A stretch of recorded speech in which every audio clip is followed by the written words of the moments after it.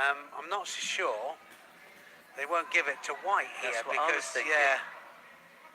The winner on tatame 1. Oh no. No, definitely blue. Yeah. So that's why he gets it. Yeah. So absolutely, yeah. He threw his head down first. Yeah.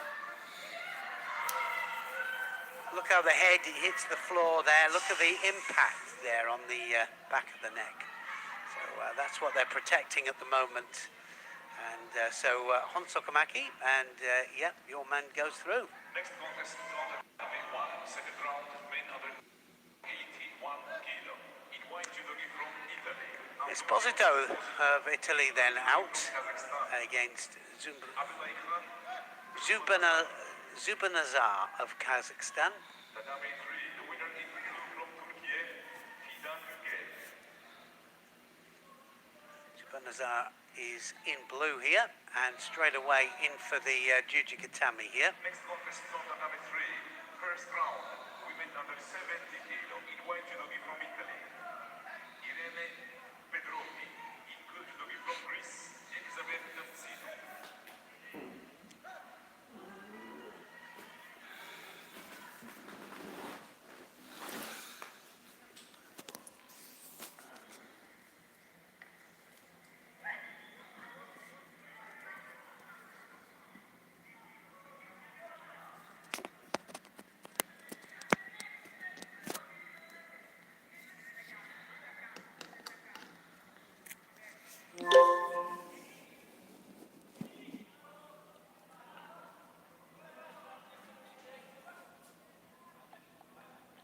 So Esposito is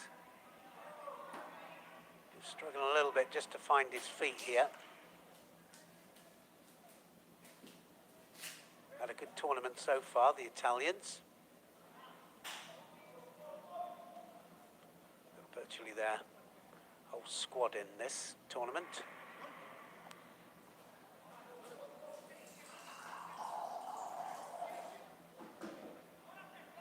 Martina Esposito has just won on mat number 2.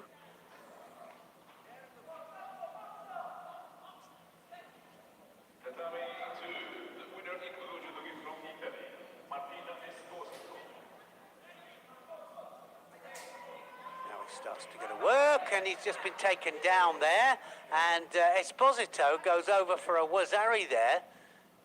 Change of direction, just lost his feet. And now is the shimiwaza on. That might be across the face, I think. Came in for a kouchi and just reacted to something there that wasn't really there, but it was all to do with the hands. Look at the sleeve grip there, just pulls on the sleeve grip to get the reaction, reaction. And well, there's a wazari up there, Zubinazar.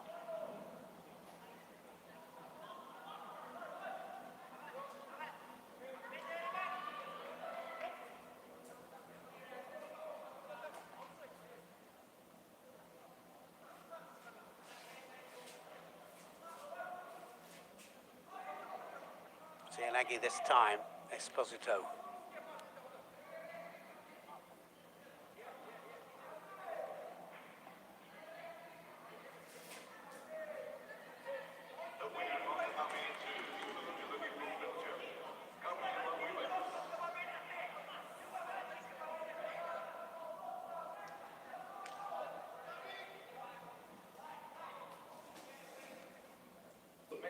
One Shido as well on the board there to Esposito.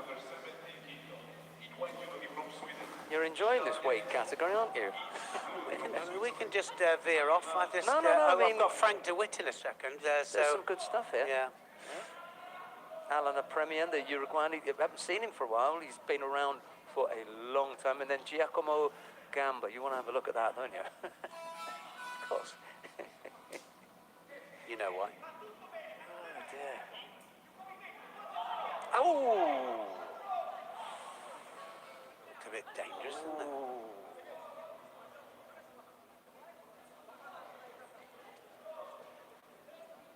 Well, they're going to have a look at that now, just to see, because I mean, he's a Wazari up there. Absolutely went against the elbow there, and Oh, yeah, minute to gets- go. he absolutely gets away with it. Maybe because of the actual movement there Yes, from yeah. Esposito. Esposito moved into the actual lock Yeah.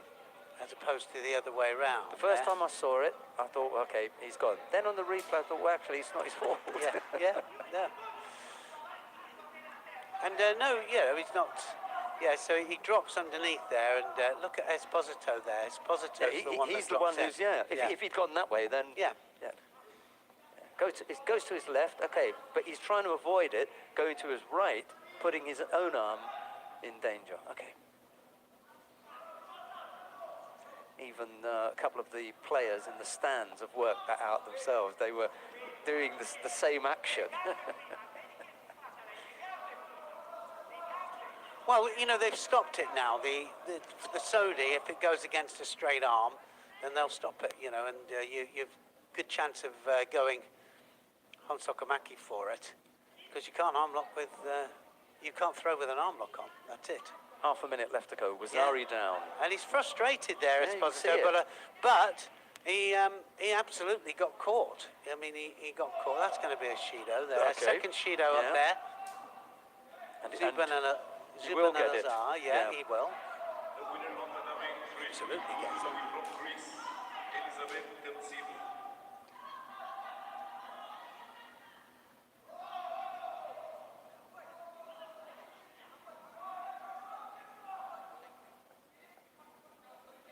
Next contest on the Dhabi 3, second round, men under 73 kilo, in white from Italy. Giovanni 11 seconds left. Going to be running, absolutely running at him now, Esposito. We've got two Espositos on the map. Antonio and Giovanni. Well, and then we just had the sister on Yeah. as well in the middle. So he's going to be angry with that. First round exit for Esposito, and it doesn't normally happen to him like that, does it? But that's the way it is, right? I always like to ask the athlete who's frustrated, Why? what would you like? You're going to ask, aren't you? No. I'm not going to ask him because I'll get thumped. But, what's that? What is it that you want? what would you like us to do? You're going to say it like Yeah. that, because I think you might. You might get I thumped. might do something to you there. No, but we know the answer. We want a third Cheeto. I said we don't give them out like that. That's not the way it Next works. contest on the Dhabi 1, second It's round. harsh, isn't it? Neil? And he got caught. He got caught well. Brother Wazari, good Wazari, and that's it. Right, here we go. Riziev of Tajikistan up against Hajari of Kingdom of Saudi Arabia. That's the one. We don't want to go. No, we anywhere don't know else. if we're going to go there. Don't even think about it. Oh, Uchimata straight away there. Nearly had him skied. That's going to be a Wazari, is it? I thought that he got a landing there, but with that Tomanagi. They'll have another little look. There's the Uchimata. Look at the Tomanagi. Yeah, wasn't far off. That's going to, no, that's not going to score. He's quite elastic, isn't he? Yeah. Al-Hadri. They're having a look at that little landing from the Yeah, Tomanagi. yeah, that's the one. I did think it had a landing. Have to go back Yeah. to that, yeah. So look at the actual degree of the landing there, 90 degrees. That one, yeah. They must have heard me, mustn't they? Possible, yeah, it's possible. Going again. So Riziev then is probably the most dynamic that we've seen so far in the under 81 kilos. Everybody else a little bit flat. He's a busy boy. Yeah, he is busy. Knows what he wants here. Is he going to get this Juji? Might just have it here. So Yeah. now just Yeah. going to straighten the arm out and he'll get the submission, I think, will he? Yes, Yeah. he does. Well, I thought he submitted then. Well, he has. Winner on the Dhabi Well, I thought He's already tapped. from Switzerland. I thought he submitted there. Two little taps there. Yeah. They say it's got to be 2 taps. If they ever look back in slow motion there, they will see that he gave 2 little he's taps. already tapped. For the Yeah. men's category. Second round for the men's under 73 kilogram. No, this Oh, is... oh, no, that's no, no, no, watch it now. Yeah, I was gonna say, Watch 'cause it now. that's not it. Here it comes. Georgi Terashvili.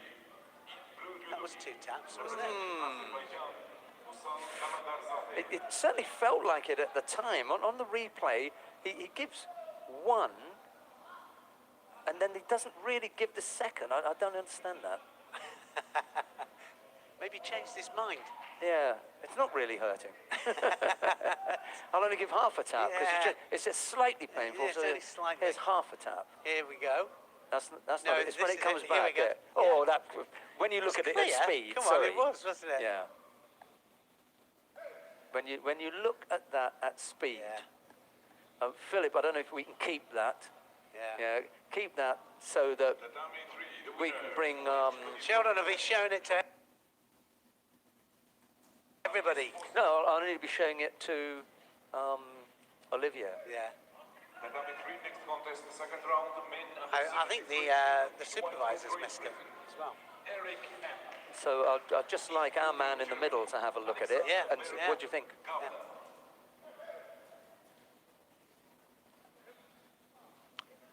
Right. Interesting. So, so reserve for all his massive techniques here hasn't managed to put. Al-Hadri away. No, he hasn't. as yet. Yeah. He could have come up with the Oji on the way out, Al-Hadri, asking a lot of him. He's gone to the Tomonagi again. This is his favourite for this particular player. I'm not suggesting that Rizoyev doesn't have anything else. He just feels that he can throw him with Tomonagi. He's done it once, and he's probably thought, okay, well, why not? Another go. Oh, I'm going to have another go. Is our boy getting ready to come out again? I thought I could see. No, it's someone else. It's not another.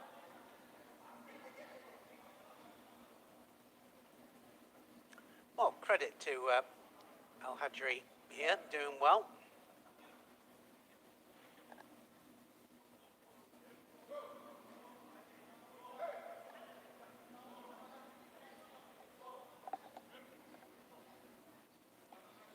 Yes, you're right. Credit to him for hanging in there.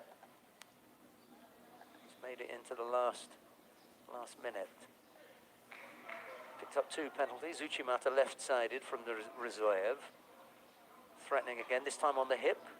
Uchimata's going to work. Yeah. Yes, it is. Big Uchimata and a big hip on just to polish it off. And been threatening all the way through there with that.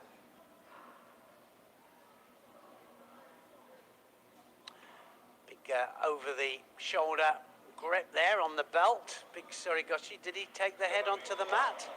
Not quite. Are they having a look at that just to see if he did take the head onto the mat? Don't know if we can They are having a look at it. Don't know if we can have another look. No. No, I think he'll just get away with it. Will he? No, he's going to get Hanso Komake. Any part of the head. Yeah, any part of the head. Now, let's look at where this goes wrong. Why are you going to dive forward here? Go off to the side. Next contest on Tatami 1, second round, men Wow, under 8, that is a big lesson, isn't it? That's a massive lesson, that is. And they did say that any part of the head that hits the ground here.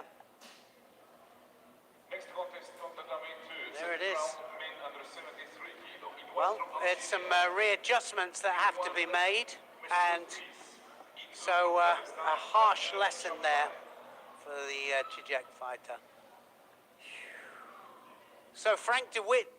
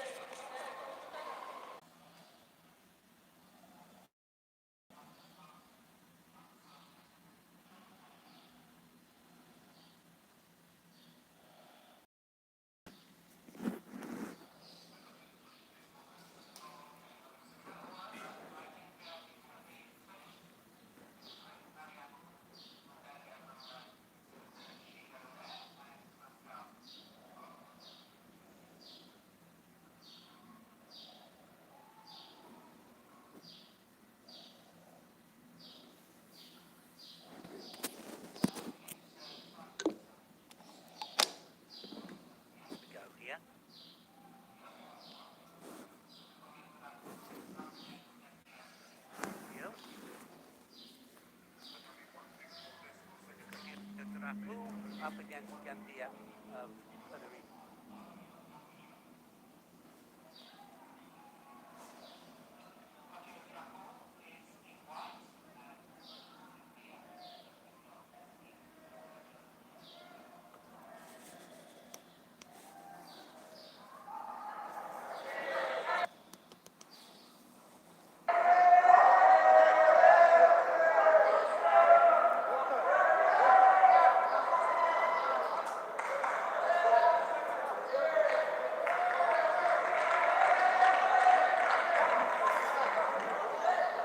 Tatame 2, doctor, please.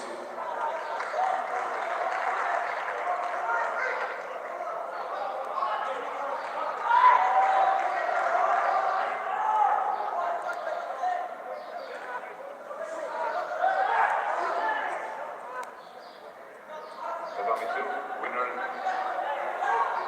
blue from People's Republic of China. Go, Judô.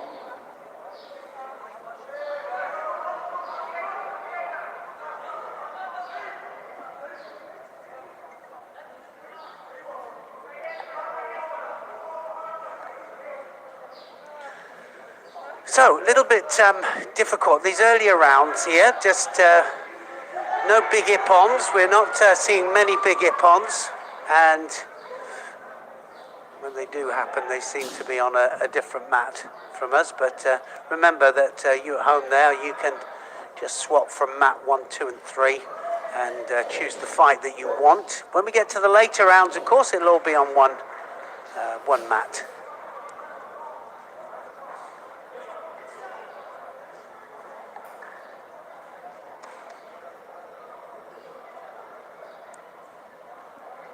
Tatame 3, winner in white from Uzbekistan.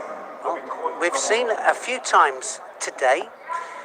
There are two main things, aren't there? There's the head hitting the floor from Uchimatas and any kind of techniques from the Tori, hitting the floor first and being dangerous to the head. So we've seen Hon Sokomaki for that. And we've seen Hon Sokomaki as well against a straight arm, doing from Sodi Surakamegosh, literally just going against a straight arm, which and that's going to be a score now. At last, Gatio Drapu there just does a very low Siatoshi for a Wazari.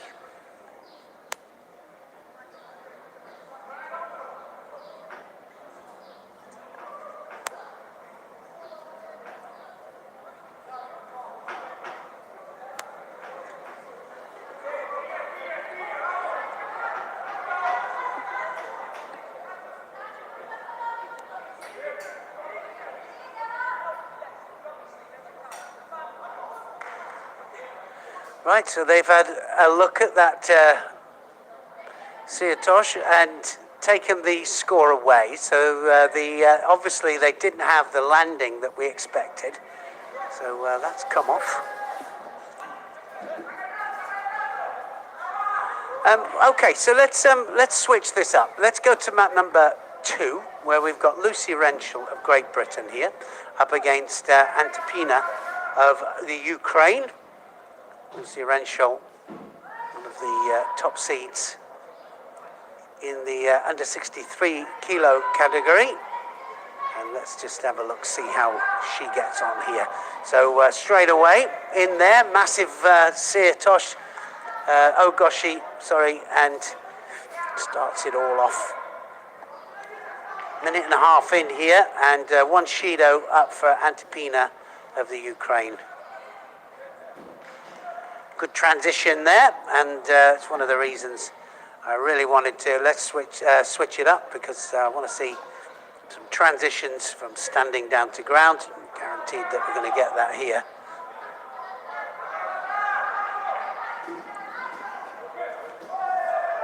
All out attacks then, that big arm over the back there. She's going to change the direction here, and again changes it to the front here. Antipina will have to start putting some work in here.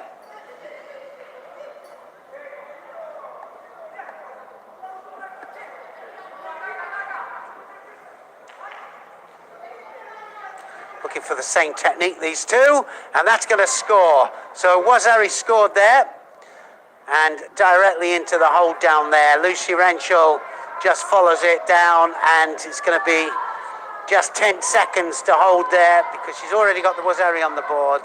So Wazeti Ippon, and Lucy Renshall will go through to the next round.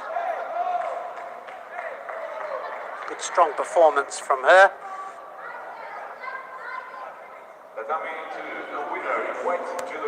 So she's through to the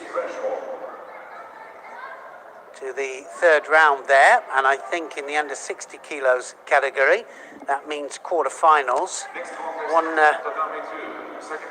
Yes, that means definitely into the quarterfinals there. So Lucy Renshall, one of the first quarterfinalists that we've got.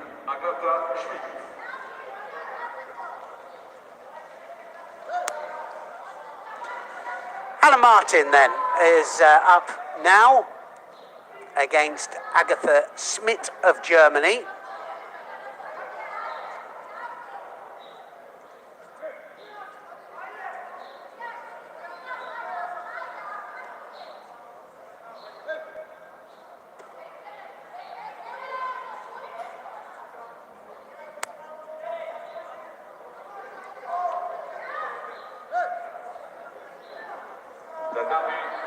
The winner in white jewelry from Canada, François Gauthier-Capot.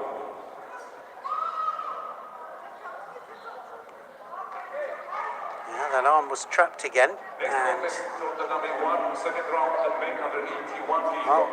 opposite stance. Alfonso Urquiza, in jewelry from Switzerland, Aurélien Bonferroni.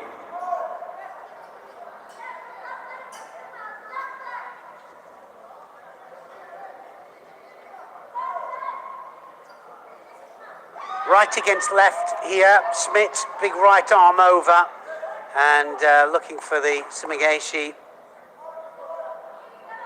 Easily quelled there by Martin.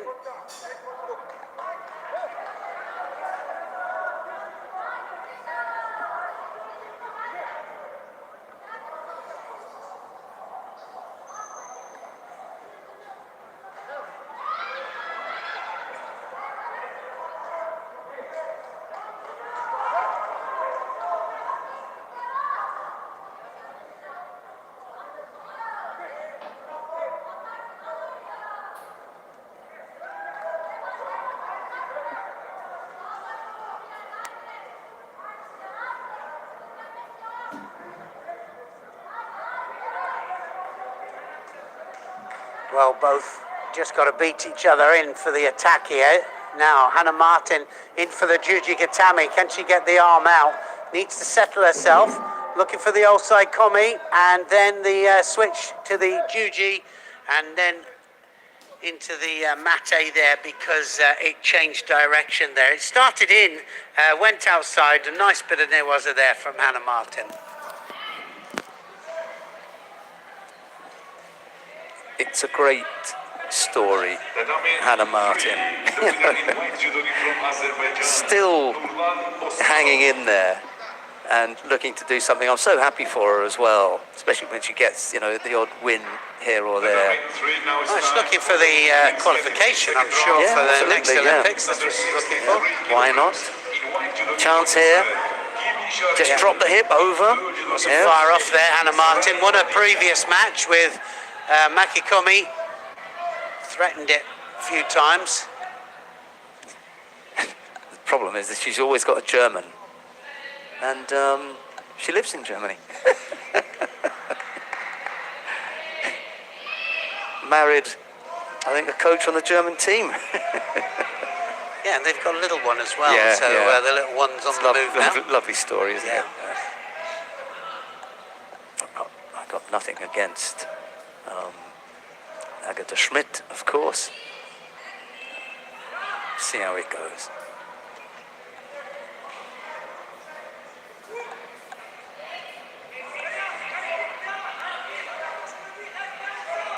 Well, both of them hitting that front hip, aren't they? That blocking movement there. And that one getting better and better, actually, as she goes through, Hannah Martin. She has some stuff about her at a certain level. And there's a penalty picked up by Schmidt. Just needed to be that little bit further over, maybe a little bit lower. A bit more pull. Should have come off. Tatame 1, the winner in blue judogi from Switzerland, Aurelian Bonferroni.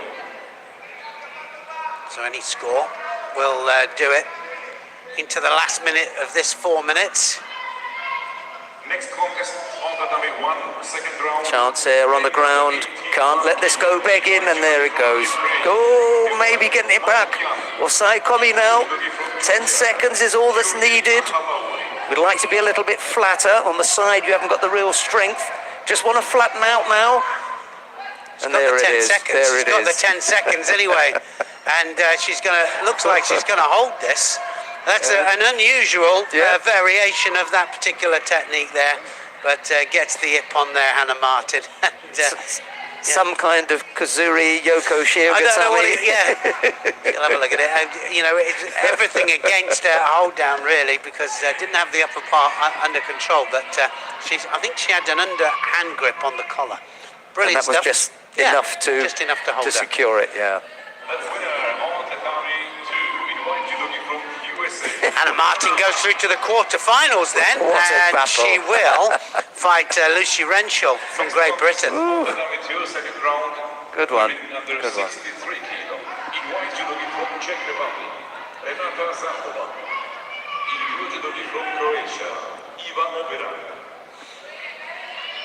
Renata Zachova of Czechia up against Oberan of Croatia here.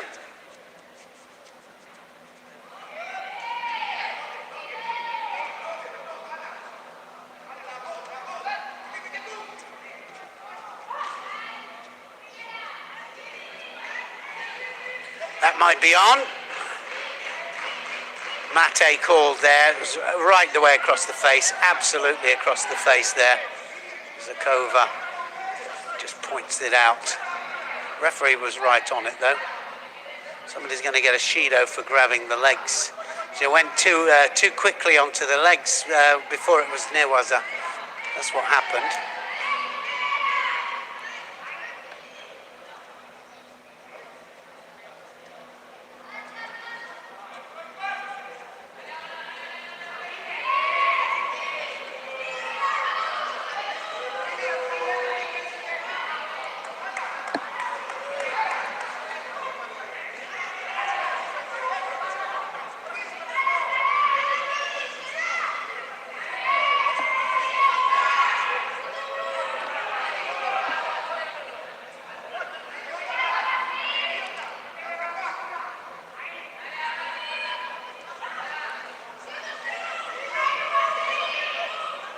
So left against right.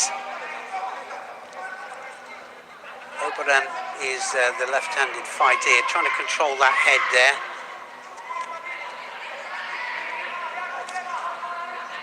Needs to take advantage and did well there. That was exactly what she should have done there, just kept her up and had a look for the Uchimata off it.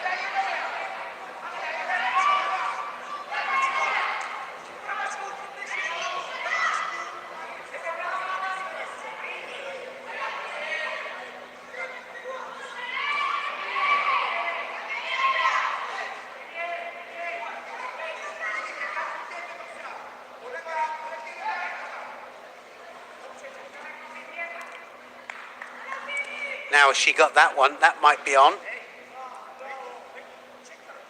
Well, she's quick down there with the shimiwaza there. Zakova, that's a couple of times now she's felt it. She's just left herself exposed.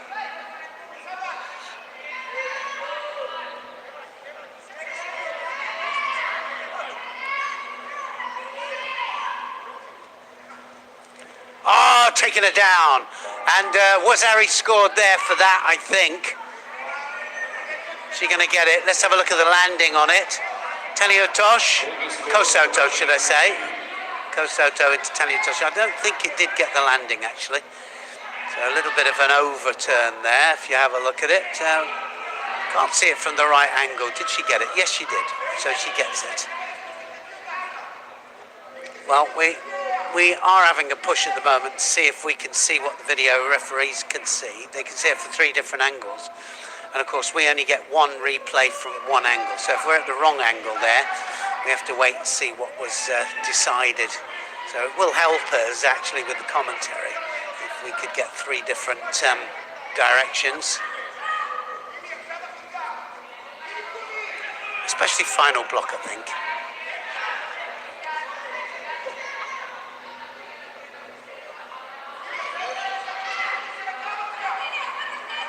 Oberan absolutely on top of this here. Van Lisselt really having a problem just to contain her.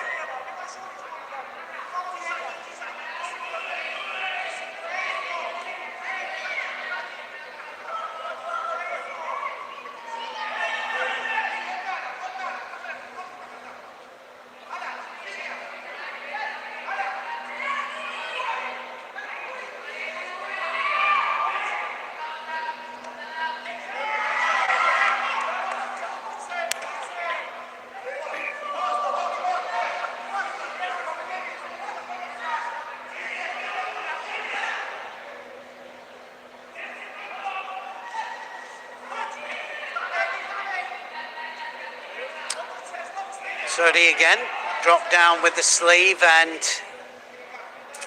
again just starting to go against that straight arm. It absolutely, it seems to be so common now that when they have the sleeves they're going against that straight arm and throwing off it. So it's got to be a different application of the actual Sodi movement there and what to do with that sleeve. You can go underneath the armpit there and keep the elbow bent, which which would be the correct application.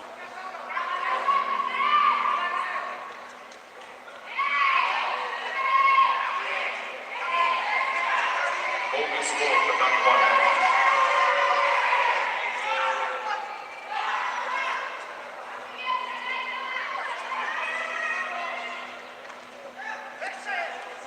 Oh my goodness me, she fell into the hold there, didn't she? Zakharova was just lying there. Ashley starts it off. I think she thought that it was all over there, didn't she, Zakova? The winner on tatami 2 in Judogi from Croatia. Well, yeah, they gave a Wazari for it, and that's why it's all over there. Oberon gets a second Wazari for the movement, and it's all over.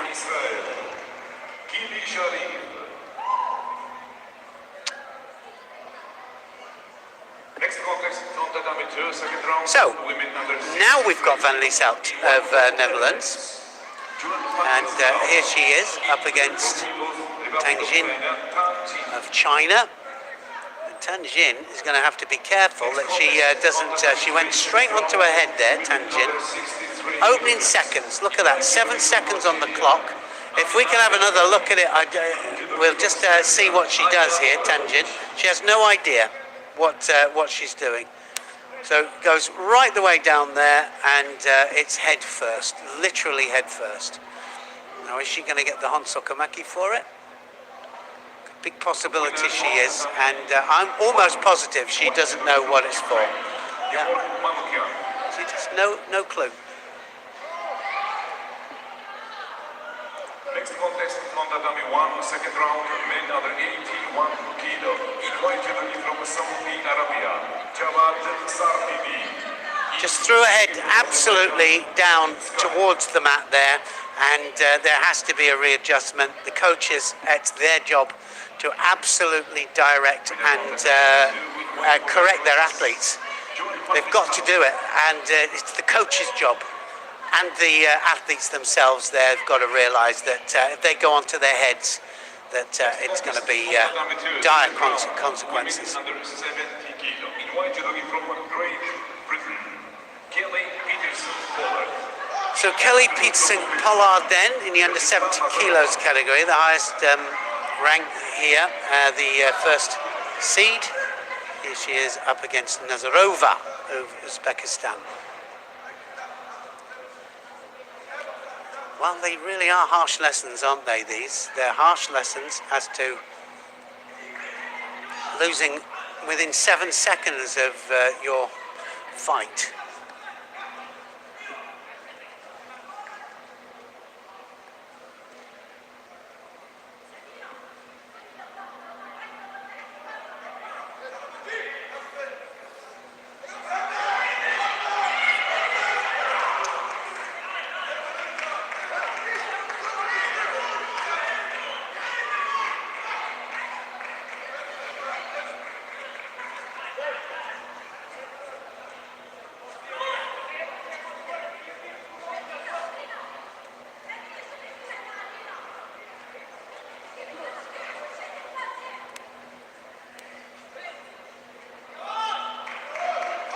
Polo looking for the control of the upper part of the body there to start the turnover.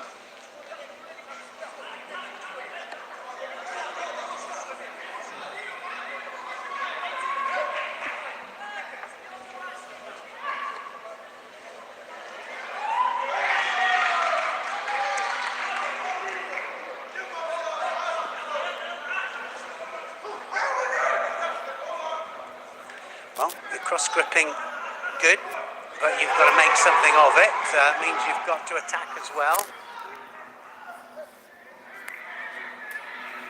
As they're over, I think just about to get a Shido here, I think, for dropping, is she?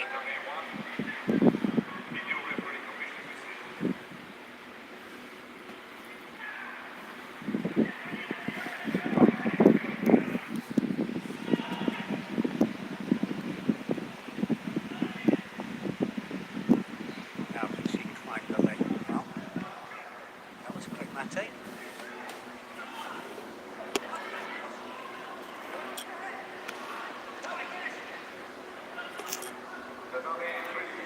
I think a situation like that, they could probably give just a chance for the attack to start. There's an Ouchi there. Wasn't quite with the landing. Good Ouchi though. From Peterson Pollard, and now trying to get that midsection there. Nice before she started the turnover, and then she'll there the climb and into the hold, but it wasn't quite be. The winner of Tatame 1 is from Azerbaijan, Sevim Sky.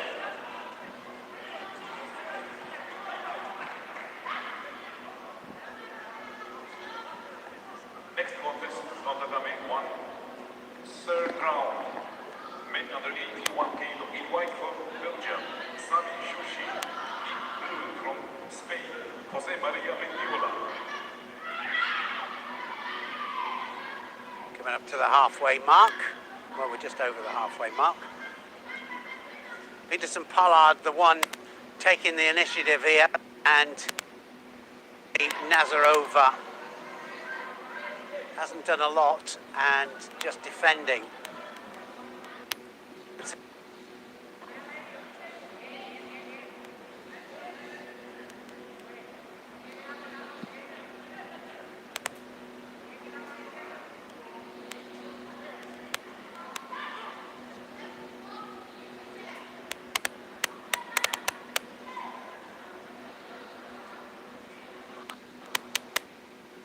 Change of direction there, Peterson Pollard.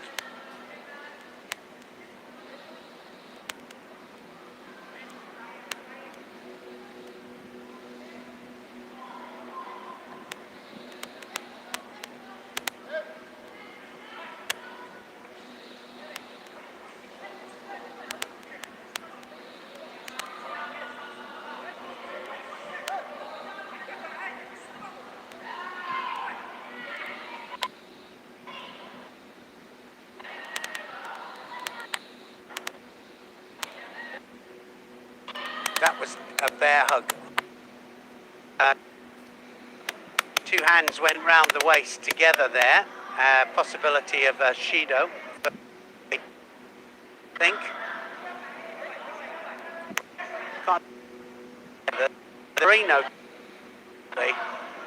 and they'll have a little look there to see. But for me, it was a bear.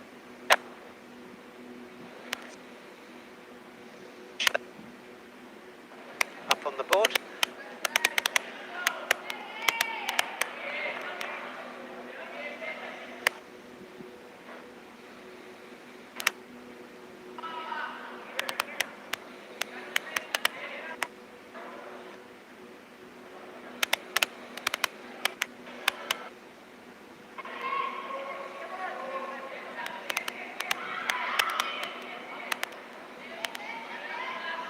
So looking for the Sangaku this time. Peterson Pollard into golden score. Just needs to stay busy doing exactly what she's doing at the moment.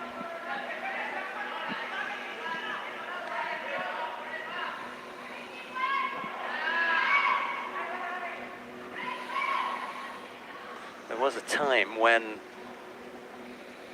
a match-up against an Uzbek would not have been that difficult. Those days have long gone now. Yeah, I think the good thing is that the standard of judo for women has gone up all over the world, and the world team and Olympic team event, I think, has definitely had an effect on that. I mean, in Georgia, Azerbaijan, Uzbekistan, all of these countries that haven't had a tradition of ladies judo and have not got the depth in ladies judo, they've had to develop their program, and I think that that's a good thing, isn't it? Yeah, it started much earlier in countries like Great Britain, France, Germany, Japan. Belgium. It started later in Japan as well. And it also started later in Japan. Yeah, because I mean they didn't have competition judo. They always had ladies judo. Yeah. But you know, certainly up until Oh, I don't know what it was. It wasn't in 80, was it? 80. No. I'm not just sure if just before, when they knew they were going to have a World Championships, they thought, oh, well, better get on our bike here. And by the time the Seoul Olympics came along and judo appeared as a test event, they were up and running. So when it was included fully for the first time in '92, it was there. Yeah. But what we're dealing with there is a cultural, a social, the place of women in a particular society. And as that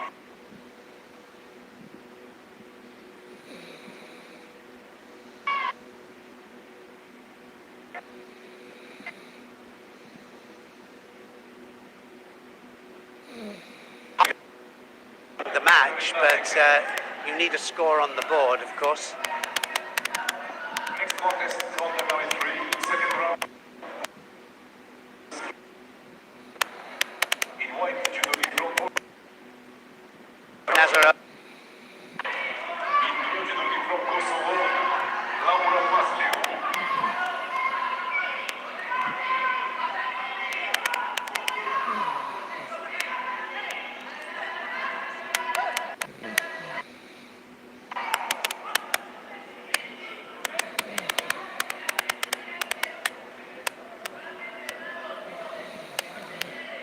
Just going to see the end of this fight, and then I've just got to leave it to shoulder just for a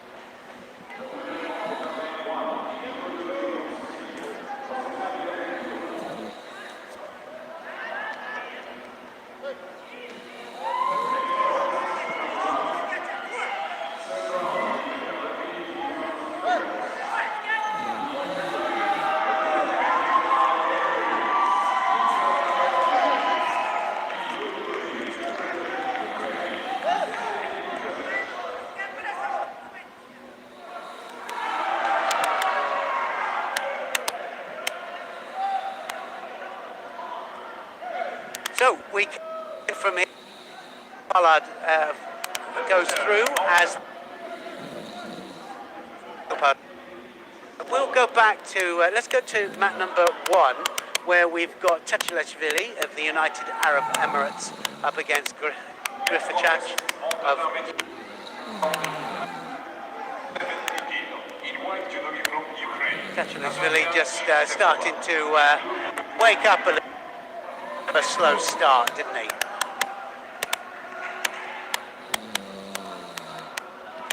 Remember, all the viewers out there, you can just go onto any of the mats that you want to see. It doesn't have to be with our commentary. You will have our commentary, though, for the final block.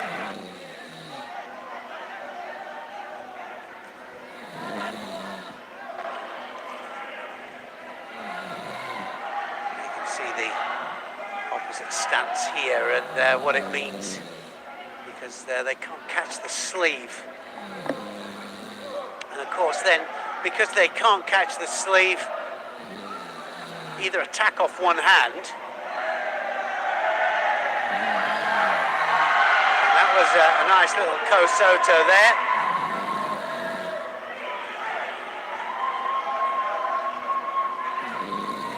The place has livened up a little bit here.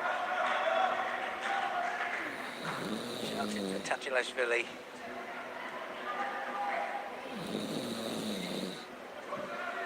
Going to have a look there to see if that was a Wazari, just to see if the Philip, if we could just have a little look and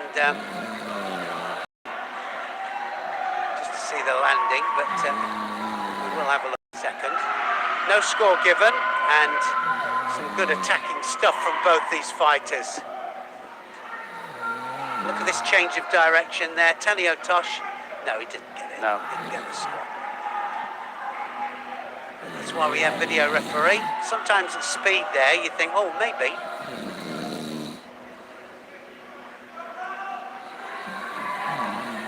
Wow, talk about awkward stance here.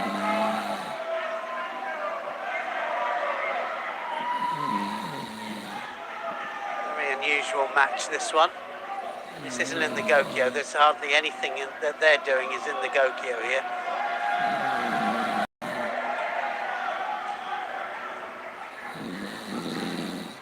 Well, either the original 40 or the 67 techniques that now exist, of course. Different variations of new stuff that's coming out.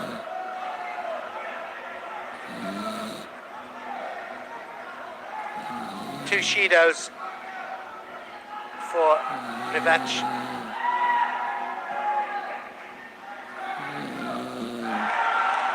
And that wasn't far off there.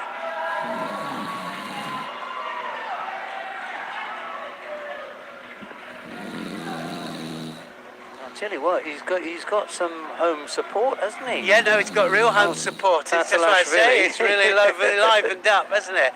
They're really getting behind him, which is nice. I'm glad. I'm really glad.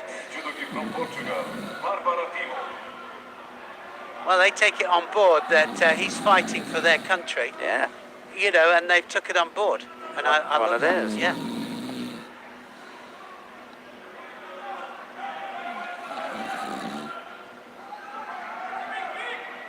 Next contest on tatame 3, second round, women under 70 kilo. In white judogi from Austria, Tokyo Olympic Games silver medalist, Michaela Polides. In blue from Romania, Zarativa Oscar.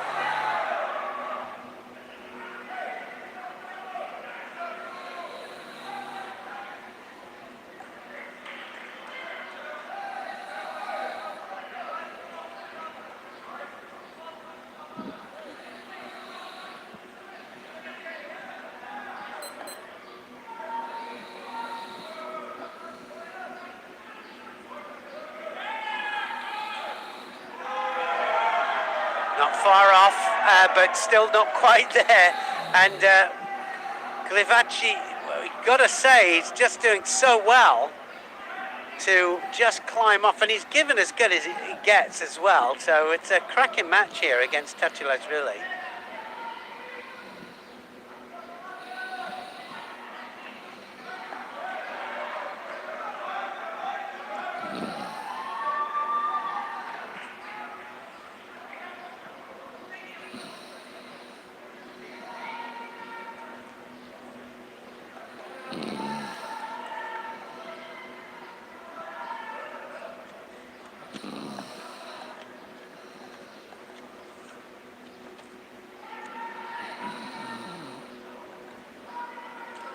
Some of the supporters for Tatalashvili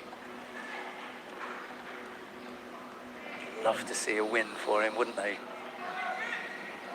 Yeah, they will. I think he's just on top of it. But you never know, do you? You know, you never know which way it's going to swing.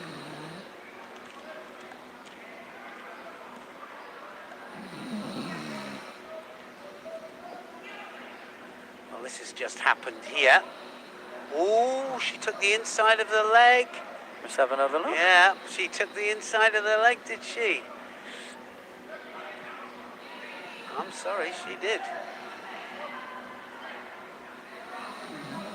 They've done nothing about it, which is incredible. But that we saw two on Sokomakis, didn't we, for that last week at the World Championships?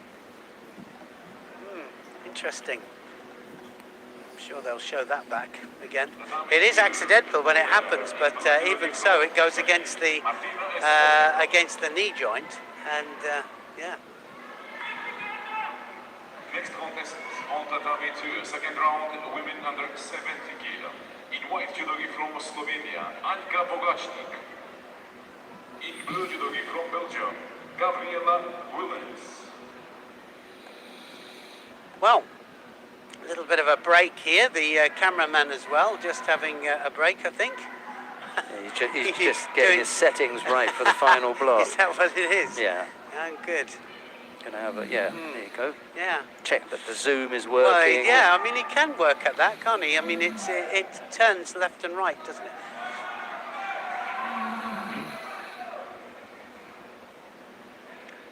here we go again. The winner on tatame 3 in blue judogi from Romania. Good attack there from Tatilashvili, and just by putting the hard work in now, he could just win this one. Women under 70 kilo. In white judogi from Seconds ticking away. It's up to Grivac now to come back.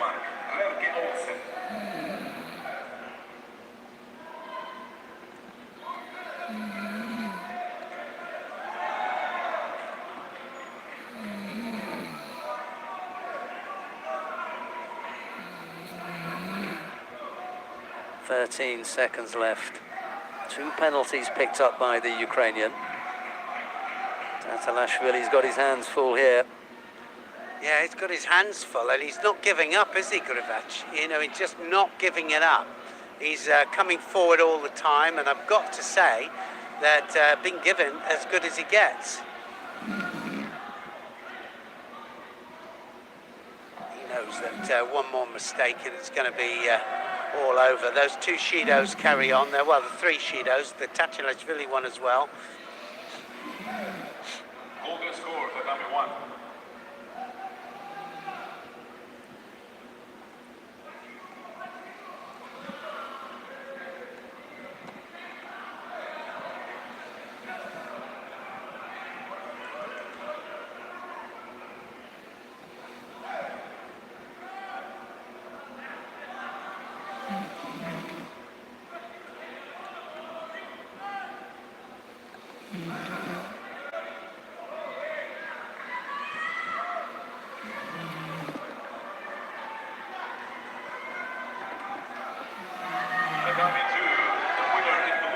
Well, the Kachiguruma, and didn't quite get the drive here. He's really going for it here, Tatilashvili. Next contest on tatame 2, second round, women under 70 kilo. In white judogi from Israel, Maya Goshen. In blue judogi from Switzerland, Alina Gutweiler. Oh, Ouchigari, it wasn't far off that. Grivac came in for the Ouchigari and almost, just have a look at this, look, he just about stops himself from going over.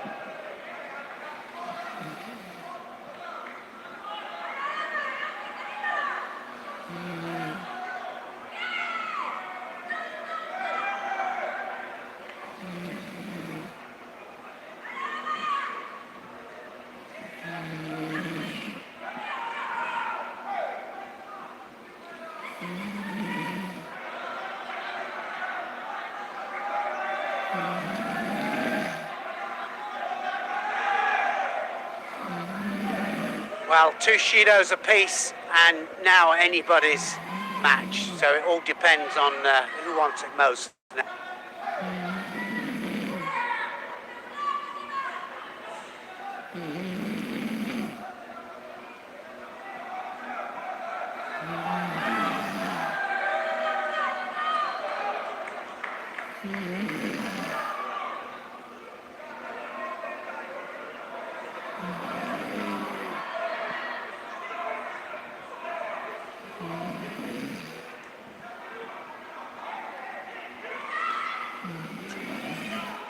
Well, now it's Grivac that wants to come forwards here. Tatilashvili taking a step back.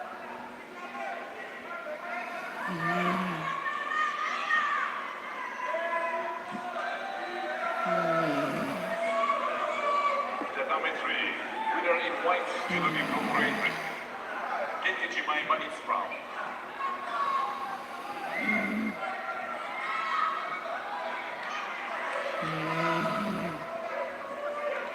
Well, exhausted now, Tatilashvili. Next contest, second round, women under 70 kilo. In white, judogi from Australia, Ifa Kochlan.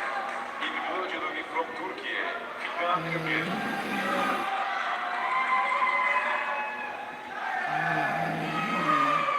Quickly up there from that little Kataguruma and has another little pop at it.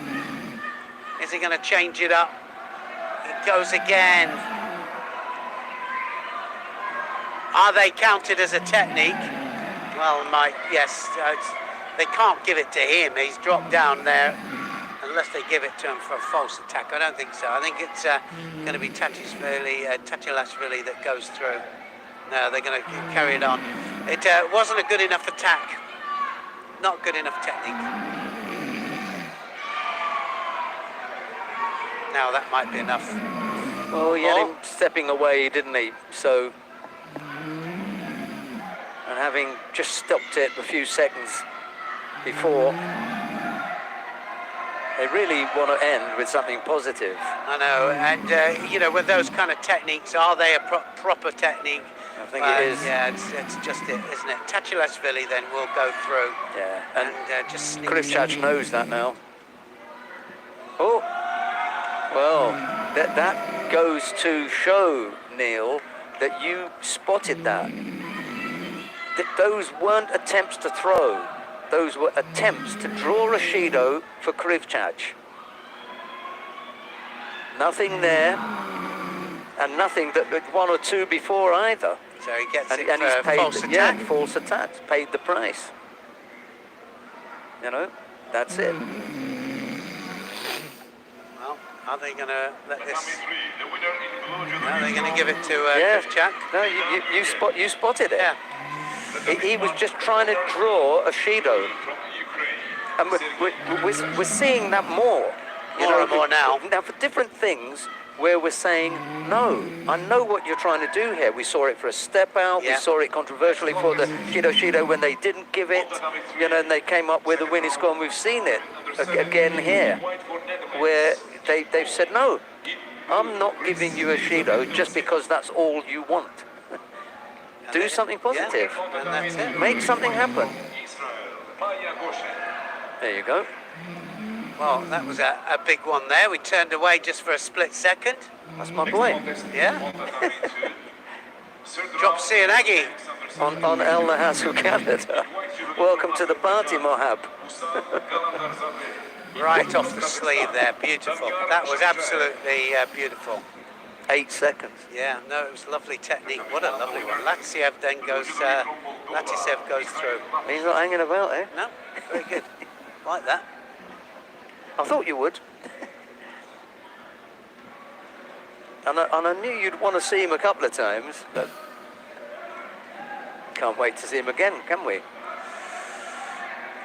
Right, Abilay Khan, Zhubanazar of Kazakhstan goes up against Mohammed Al-Hajri of Saudi Arabia. It's Zhubanazar in the white judogi, Al-Hajri in blue.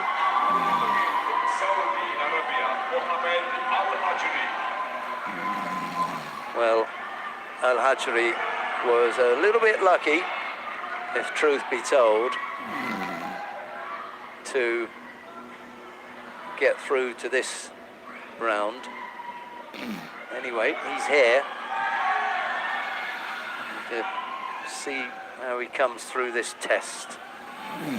Stiff one it is against Zhubanazar.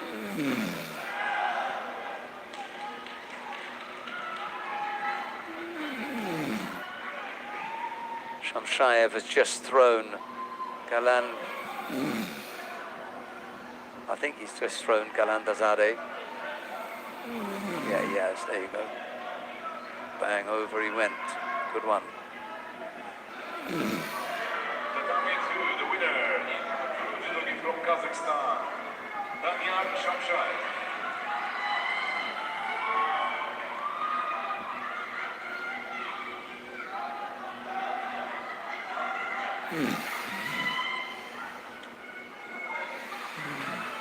Next contest on Tatami 2.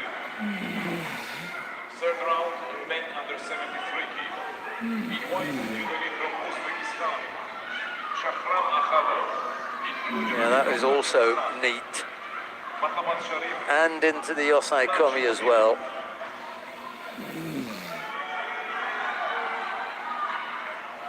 He's not going to get out of that now. I thought that they'd scored Wazari. Didn't see it go on the board. No, I thought the Ippon is for the Osai Komi. I thought that he'd scored Wazari Judogi from Kazakhstan. for the throw. Абилайхан Жуба Назар. Okay, well, maybe he hadn't scored, Wazari.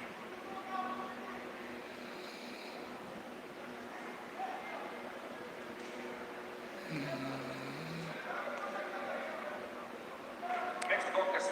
Right, coming up next, Men over 81 kilos. Frank de Witt In white judo gi representing Netherlands. of the Frank Netherlands In blue goes up judo gi against representing Giacomo Italy. Gamba of Giacomo Italy. Gamba. It is de Witt in the white judogi, Gamba in blue.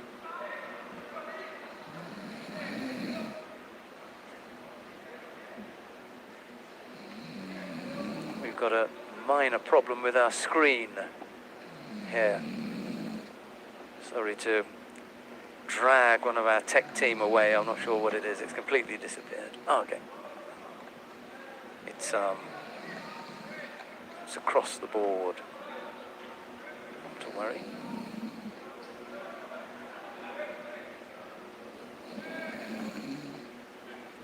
There it is. Fixed now.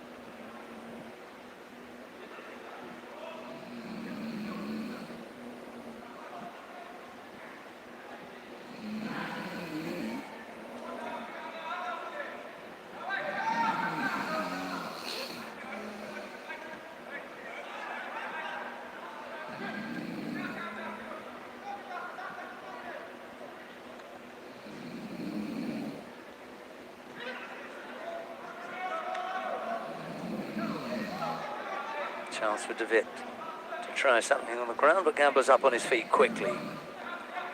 Brings that chance to an end. Coming up to 1:15. Yeah, we haven't got to the quarter-final stages yet.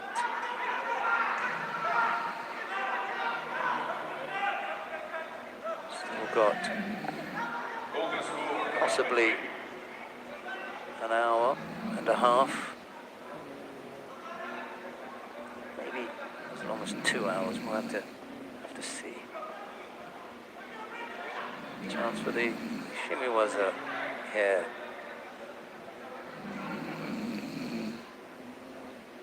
Not on.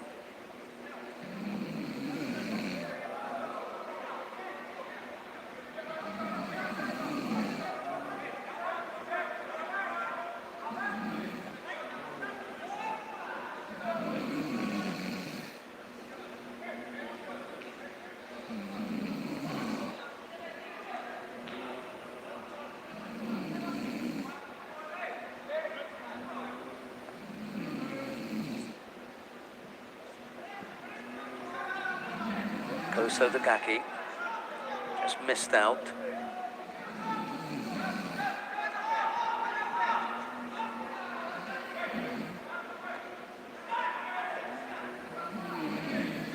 Tatame 3, the winner in blue judo gi from Greece. Elizabeth Sidou.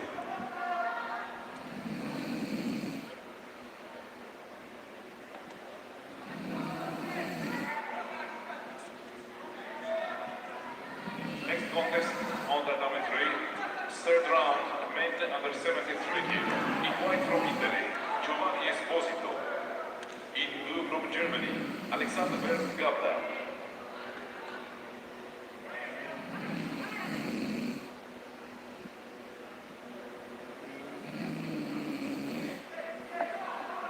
Oh, and that's gone against the arm. Tatame 2, the winner in white So many of them. from Uzbekistan, Shahram Akhadov.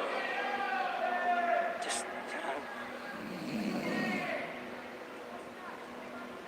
and he looks up as if to say, yeah, I know what I've done now.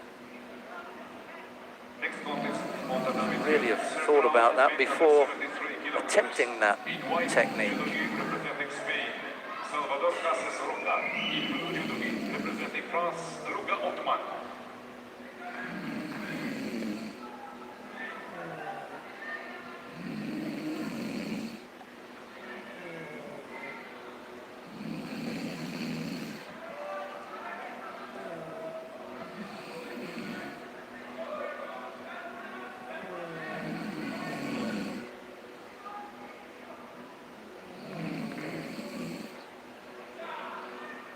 Little Ashley was from De Witt. Thought about the Satemi was and then didn't go through with an attempted turnover.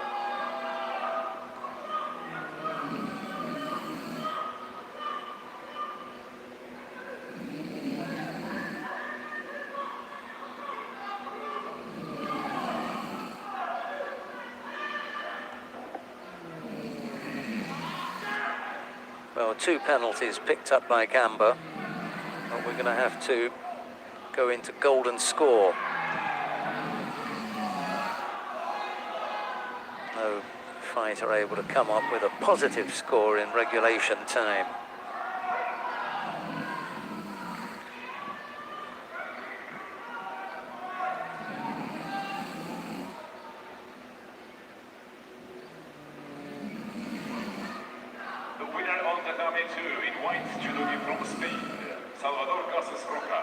Lost the strong grip, Frank De Witt. Third round, men under 73 kilo. In white from Switzerland, Niels Stoll. In blue from People's Republic of China. Still looking for something that he can use to dominate the contest. Hasn't happened yet for De Witt.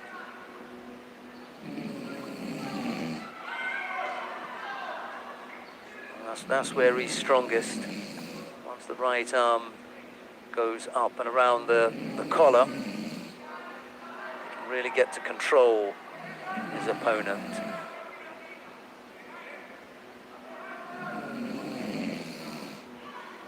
Gamba beginning to show signs of wear and tear here, a bit tired looking.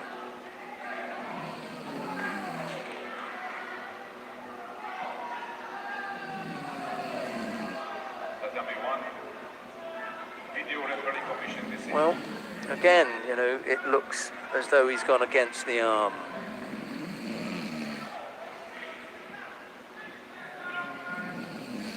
Video replay referee called on to look at this action. We can't see it clearly from here. The commission may have a better view. Well, it's not the first time. It's not the first time that he's gone against the arm. Complaints from the coach. There was one.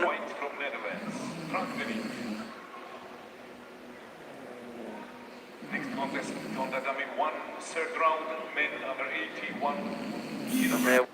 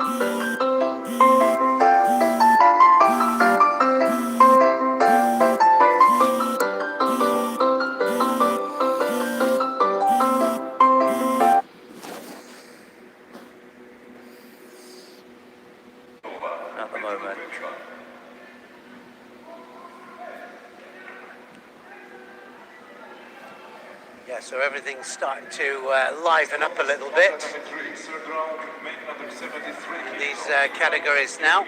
4 categories today, remember. Representing Egypt, 63, 73s, Ali Abdelmouati. In blue judo, 70 kilograms and under 81 kilograms.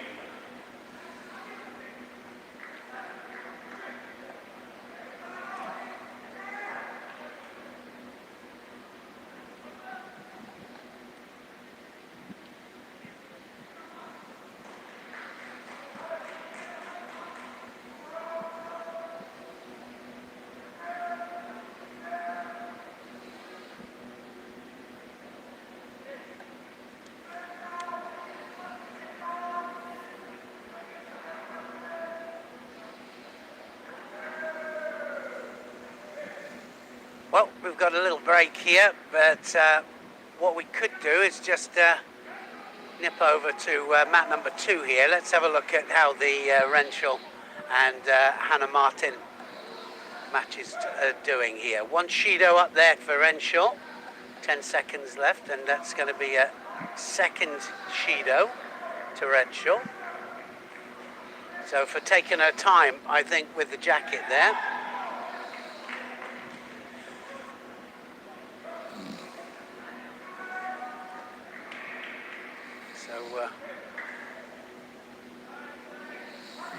Well, that's just on mat number 3, I think, that we've just seen. No, in fact, that was... I was down on 1. Oh, was it down on 1? Nice little lip on there on mat number 1. Beautiful Ashiguruma. And here we go. Renshaw then 2 Shidos down now. Golden score. Next contest, Tottenham 1, third round. Uchigari then, and that big arm over now against opposite stance there of Hannah Martin. In blue judo, representing Azerbaijan, Zelinskaya.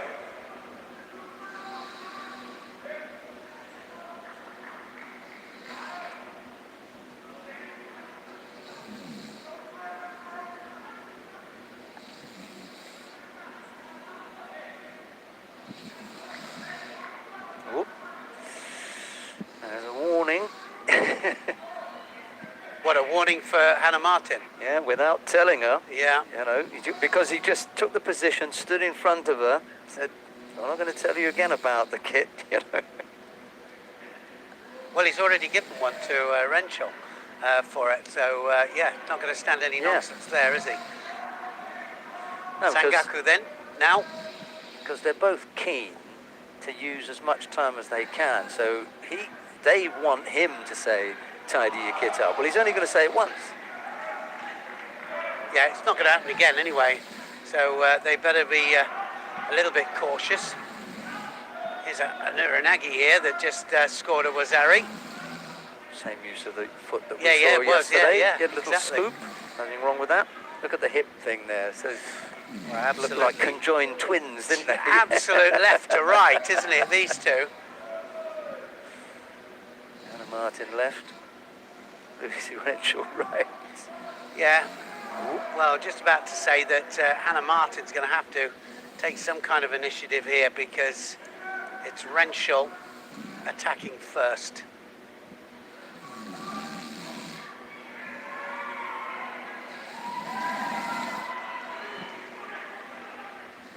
Going again. Keeping busy here.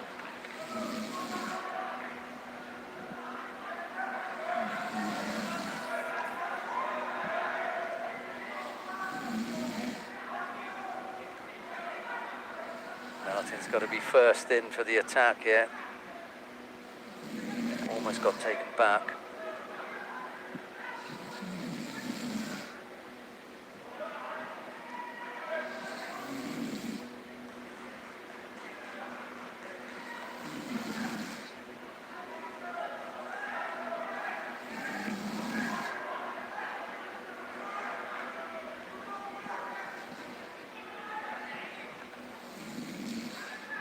No more mistakes for Renshaw. She can't make any more mistakes here.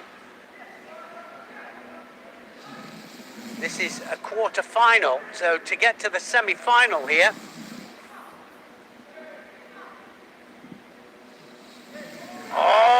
might have switched it there.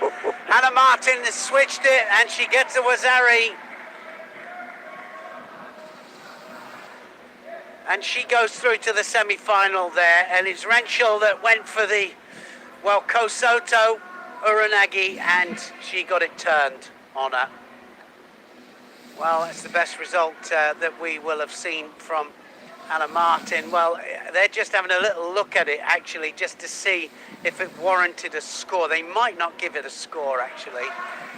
Well, I also look at what was happening in the top half. It's absolutely clear for me in the top half. Yes, but it's whether anything took place down below. And for me, it didn't look as though there was a great deal going on down in the ground. She didn't really. Didn't have control with the upper part of the body, actually. I think it was. So the coach is being told to calm it and let the fighters sort it out. Should spur someone on to do something.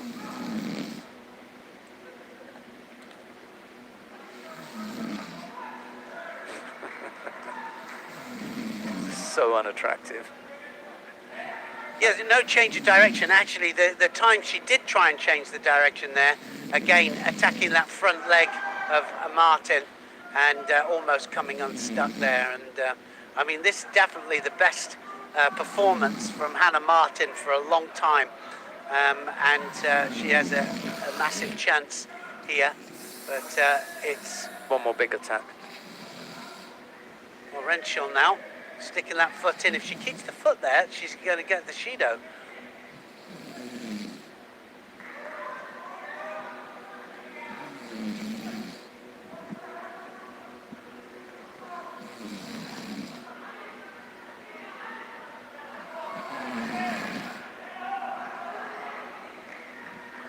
Head up. Yeah, Hannah Martin with the head down there. Oh, she went outside there. She just saved her, I think. She'd actually gone outside the area there, now looking for the Sangaku. And the hold down. Can she get that leg out? She's got the wrong leg trapped, actually. Now she can take it out. She's going to kick that leg out. Got to turn. And turn it into the hold down. Got to turn. She's on the arm, and she gets the submission. And, wow, Renshaw rescues that one and takes her through to the semi-final. Hannah Martin will still have a chance for a medal because she'll come back and fight in the repechage final.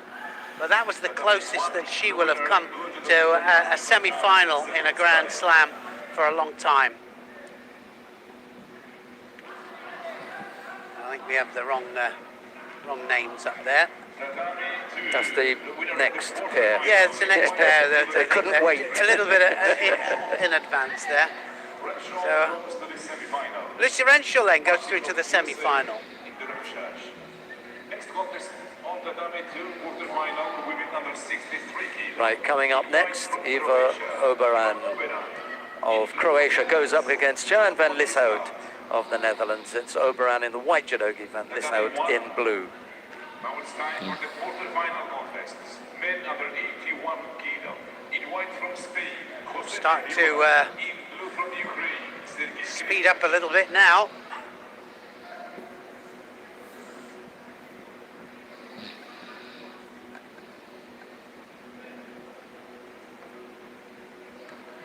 Next contest on the Dhabi 3. Third round, men under 73 kilograms. In white from Uzbekistan, Obilkhon Mamonov. In blue from Azerbaijan, Nurman Osmanov. Big left arm there of Oberan, and she's going to get a score. So that's Ashiguruma there, just scoring for Oberan. That big left arm causing trouble there for Van Lieshout.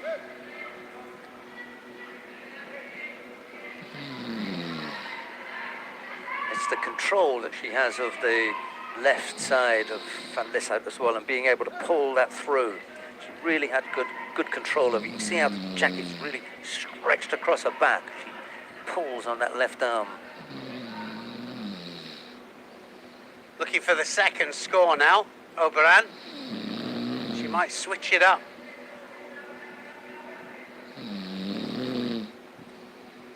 English out looking for the turnover here. She's going to go again for it. She's not that far off with that. Just that grip on the trouser leg on the inside helped to keep her from taking the leg across.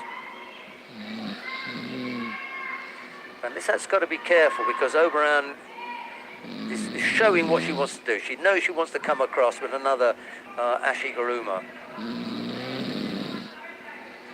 Can't offer her that chance. Look up there, I'm not sure she was looking at the clock. But Oberon has got plenty of time to go yet. Only a minute and a half gone.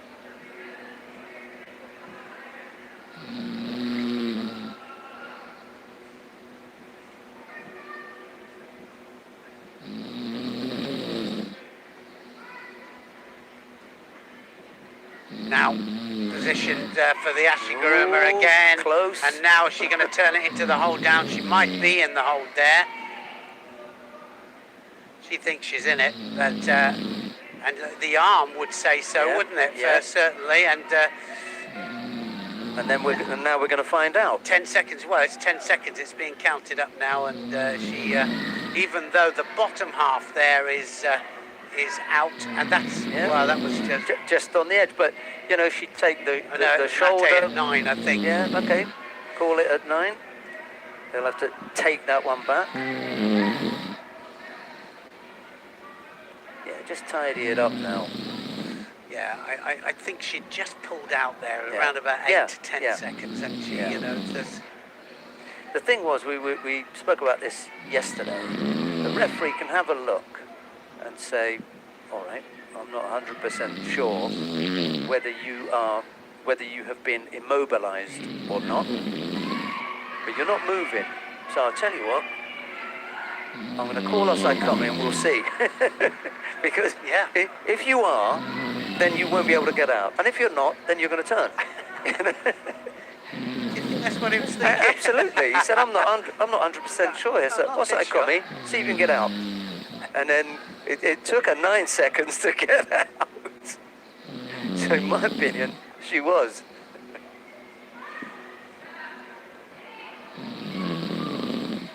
I like that kind of thinking. Here's your chance to show me that you're not in Osai-Komi. Oberon's head hit the ground there with a thud. Yeah, she's a tough old nut. Saw her as a cadet at 52 kilos, and I thought, just give you my honest opinion, I did some time ago with Anna Bernholm, and I paid the price for that, but I thought, nah, she's not going to make it. Not going to make it. She'll never do anything. And then she stuck around, went to 57 and stuck around, and now is at 63. And my opinion has changed. I think, hey, she might be able to do something here. She finds herself in a quarter-final of a Grand Slam. Yeah, well, and almost semi-final. Yeah, 40 seconds to go. Yep.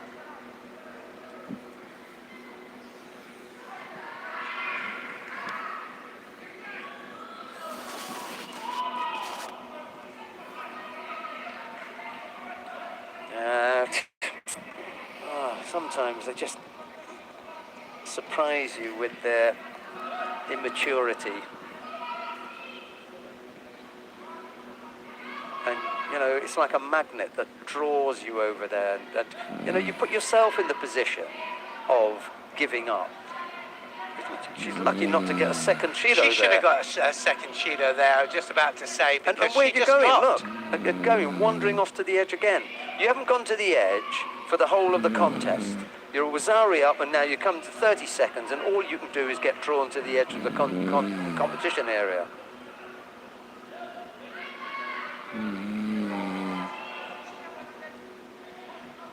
Well, you're lucky to be in that semi-final. Yeah, well, she made a couple of mistakes there, but she would have definitely had 2 Shidos on the board. Anyway, she goes through Oberon, and she'll be fighting in that semi-final. The winner semi-final. of the quarter-final in white judogi from Croatia, Iva Obera. Well, the coach will tell her that. What was it? Well, your Latisev is on any second now, isn't he? So let's go Down on mat number 1. back yeah. down on mat number 1, if we can. Mandiola Iquita is here up against Grifaci of the Ukraine.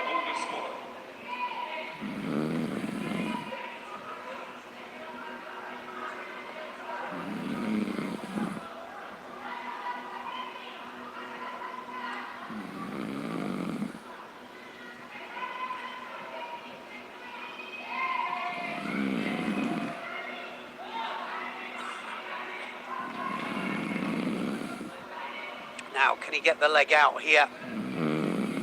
Spanish normally quite good at getting this leg out, and away it comes, and directly into the hold down. Can he climb out the leg?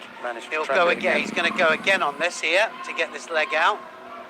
Just manages there. Grifaci just manages to turn onto his front.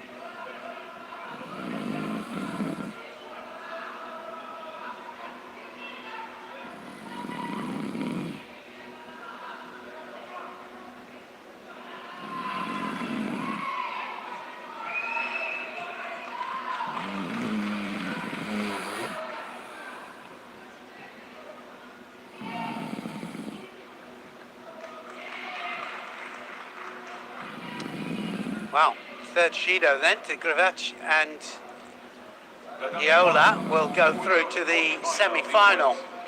He's had better days, Krivchach, to be honest. He just began to look a little bit flat in the previous contest. Yeah, I mean, you lose like that, his head went down, he knew he'd got it as well. Next quarter-final on tatami 1, men under 81 kilo.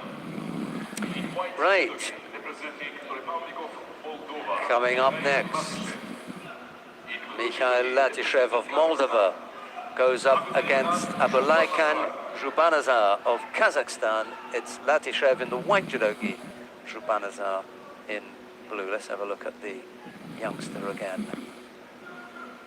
Well, I said, didn't I, that every second out there is going to make him better and better, this guy.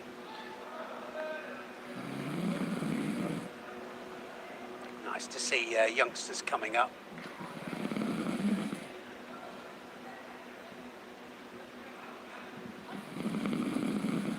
Both fighters being encouraged to take grips, and there you are, they took grips. They did, and at last it's game on. Oh, lovely turn. Beautiful turn, that. Absolutely. What a great change of direction that was. Nice touch. He's got a feel, hasn't he? Well, that's what it is. You know, when you get a technique like this, which was just split second there, and he just turned him onto his back there. Talk about Sakeshi there. That was beautifully taken, really was. Absolutely wonderful stuff. Because he's on his way almost.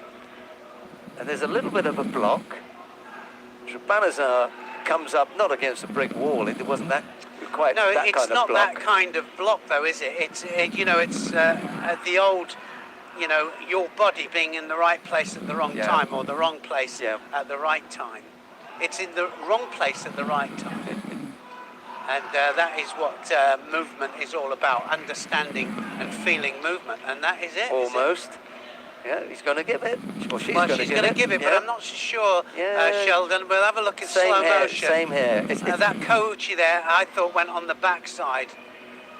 It's not going to be a score. It's neat, but I'm not giving a score for it. No, it's not going to score, is it? It went on the backside there, and it's taken off. Yeah, we had already taken it off.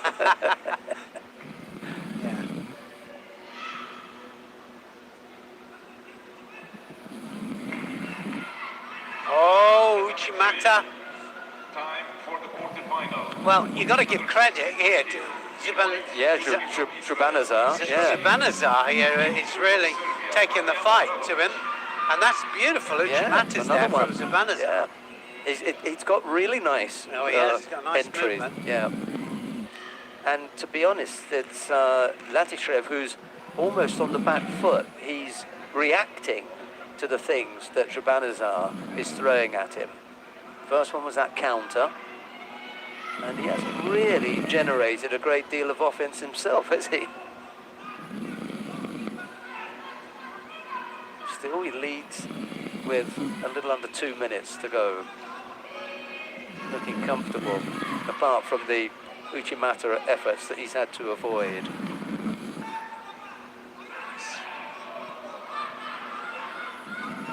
Yeah. Oh. Yeah, and the other thing is, she's already called mate, and he's still applying the... That's what he was saying, yeah, wasn't it? You know, he said he's out of order. Yeah.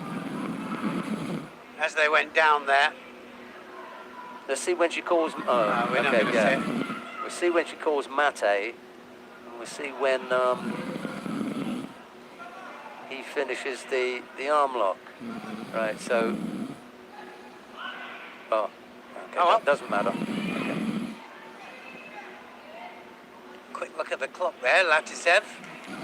Just wants to do what he is doing best here, is just commanding this. The youngster is doing very, very well. Yeah, let's get on with it. I'd be interested. He's quite tall, isn't he? Yeah, I'd be interested to see what he's going to be. He'd probably end up 90, I would have thought. Yes, he's unusually tall Yeah, for 81. he's very tall, and you know, when the Okay. absolute man strength comes in, he's probably be around about 90. Perfect 90. Yeah, okay, so here's another case for Latishev when he's up against an athlete who has some power, some shock power, and a little bit of a burst at the beginning, and then they begin to drain in that last minute. This is where he really comes into his own, because you can see that he's puffing, isn't he? The Kazakh's puffing there. He's on his haunches. He's the last one to stand up. He's having a blow, and now he's going to try and do something that he hasn't done early on, just to try and get off that. Well, he's not going to get off that. Very low Uchigari there, beautifully taken there. I mean, he just dropped in, didn't he, from nothing there. So he just drops down onto a knee. That Ouchi there just takes him flat onto his back. Beautiful. Oh, some good variations then from the young Moldavian. He's got some stuff, yeah, hasn't he he? has got some stuff. So he's through to the semi-final. And who's it going to be against him? I think it Doesn't could matter. possibly. Well, it's going to be Well, it'll it be will from these interesting two. one if it's Well, DeWitt. Yeah, because these are two completely different fighters. Frank DeWitt's got 8 minutes in him, far less 4, so he will cause problems for Latishev. And Shillard is a slightly different beast, because he is a beast physically. He will be difficult for Yeah, it's not going to Latishev. be DeWitt in the semis anyway, because DeWitt's on the lower half. So here's DeWitt now fighting to get through to the semi-final. The quarterfinal included from Serbia, Anja Obradovic. Obradovic will fight in the semifinal. He'll feel a lot happier after today, DeWitt, after the World Championships. Next quarterfinal for the Well, he'll need to medal, won't he, to put a smile on his face. Well, have a save. included from Portugal, Barbara Timo.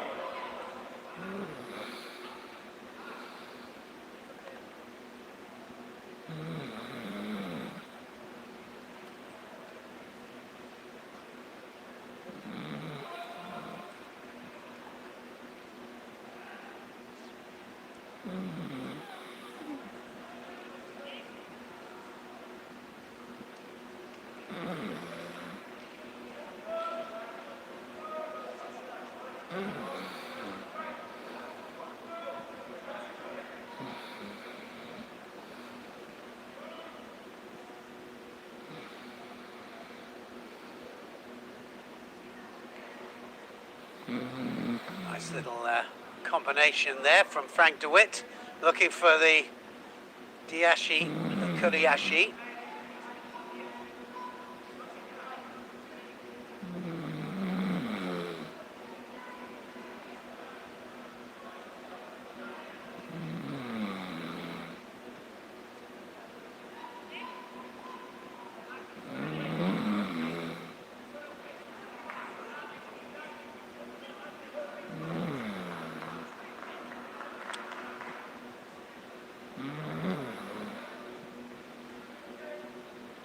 finals happening all over, all three mats at the moment.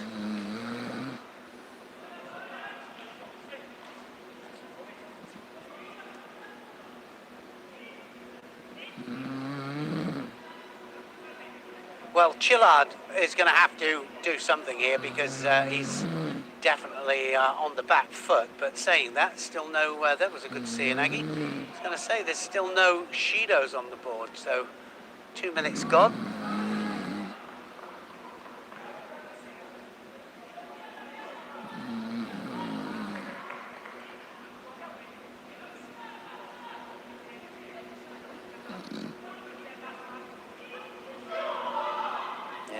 Almost got caught up in the feet there. He's come into the competition with his left leg heavily strapped up anyway, but that action there didn't help. Got trapped, just accidentally, got caught up there and just up and on his feet a little bit gingerly.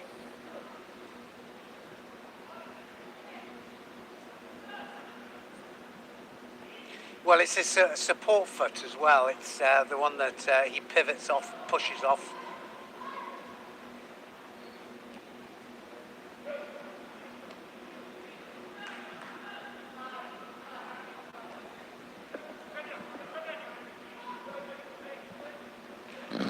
Into two.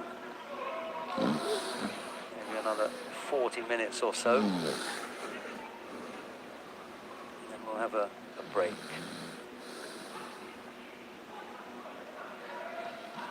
Well, again, DeWitt going in first here, and Chillard still not a penalty on the board. He's got to be close to it now. Oh, no, he's turned it.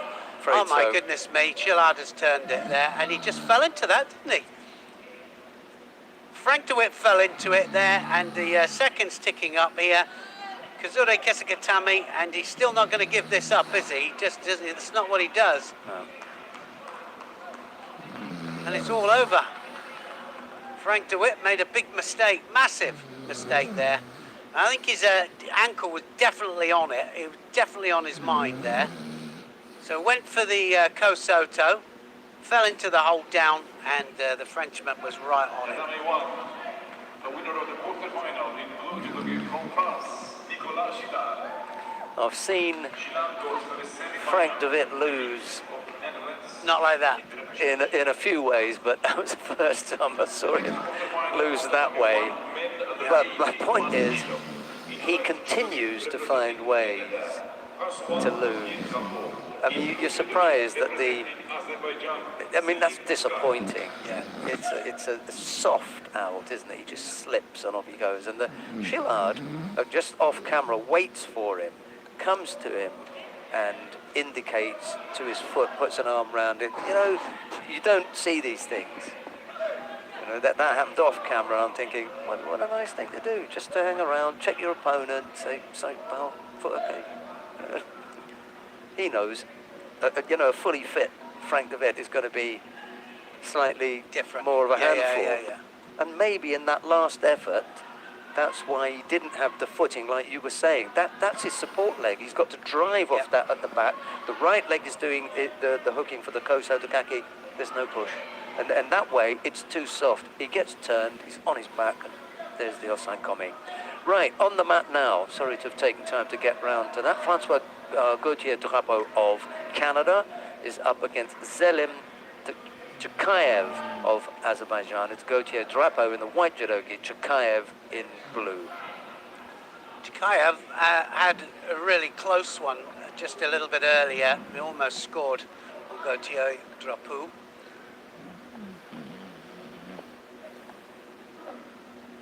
We're going to see a couple of surprises in the last four in this 81 kilo category. Normally you can kind of look at them and say, yeah, well, it's going to be roundabout, but not in this one we haven't been able to.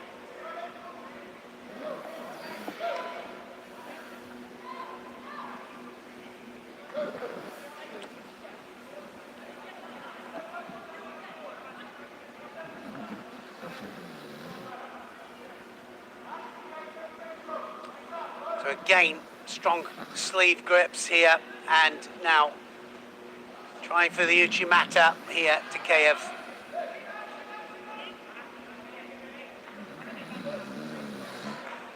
Drapu is the one that's got to take the initiative here.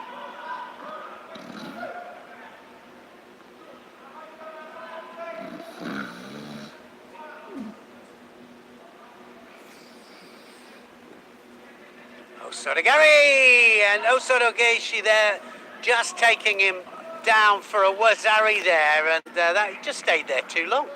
Wasn't working.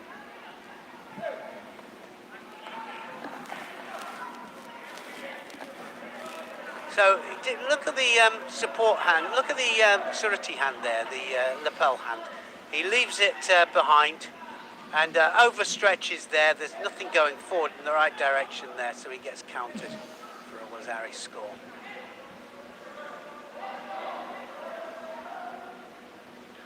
He just needs a 10-second hold down if he does it.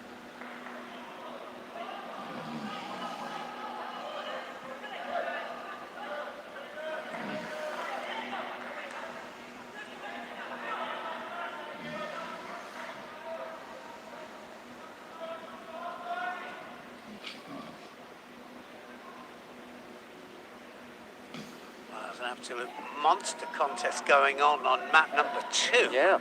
With Peterson Pollard and Esposito there. They've gone 7 minutes golden score so far. The Italians just thrown her, I think. Yeah, there's the action off the other side. Cianagi. Not coming off the wrong side, remember? Just coming off the other side.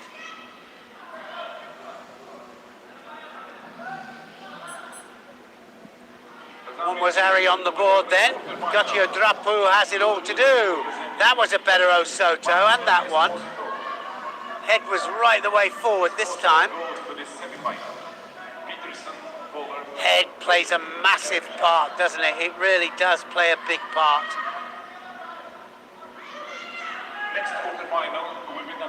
Head determines direction.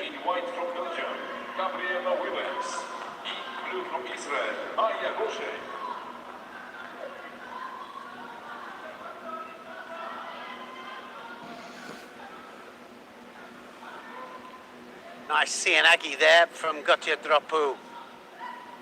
45 seconds left then, this quarter-final. That's just a quick look there, doesn't he there? Takeyev has a look at the clock just to see where he is.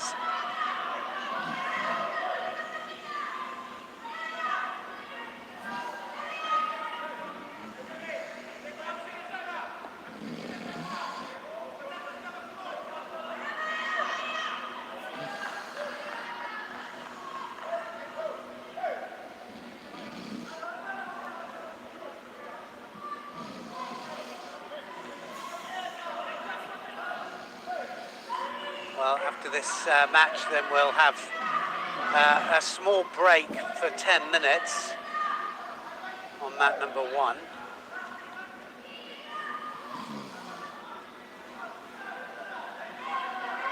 And that's before they start the repechage finals, 2 of those, and then they'll have the semi-final. Dola Vieta of Spain up against Latisev of Moldavia.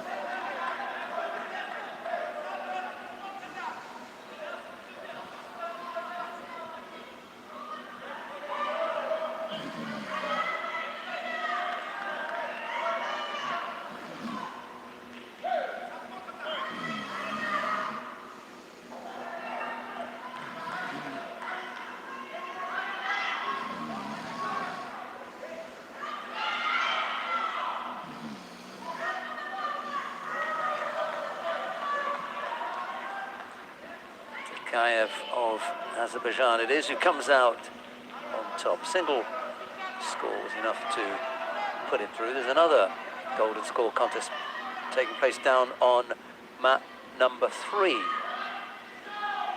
Well, it's just finished now. Barbara Timo has thrown Katharina Hecker to take her place in the semi-final. Here it is.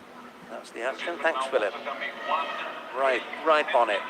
We're going to take a short break on mat number 1 of 10 minutes. We'll come back with all the action from the repechage contest in the semi-final. There's more action taking place on mat 2. You might want to go and have a look at Gabriela Willems of Belgium. She's up against Maya Goshen of Israel. It's Willems in the white judogi, Goshen in blue.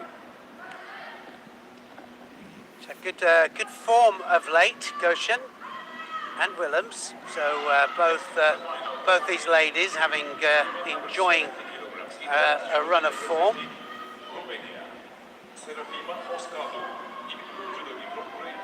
Looking for the Sangaku here.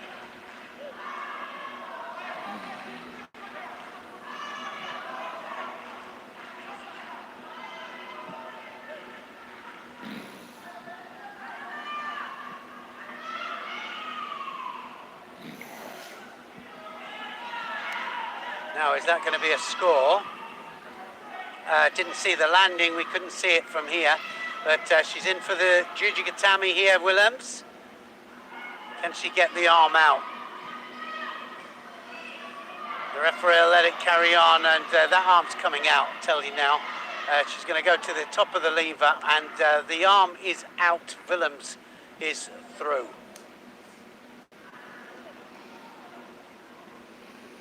Nice bit of groundwork there, and nice to see that the juji was nice and strong, and you can tell a strong juji because there's a lot of tension and torque on the arm, and it all goes in the right direction. There's no way they can pull the arm into escape.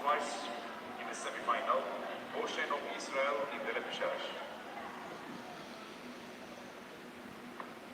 Next quarterfinal on tatami 2, men under 73 kilograms. In white judogi representing Kazakhstan, Danyar Shamshayev. In blue judogi representing Uzbekistan, Shamshayev then in this quarter-final in the under 73 kilos category of Kazakhstan up against Akadov of Uzbekistan.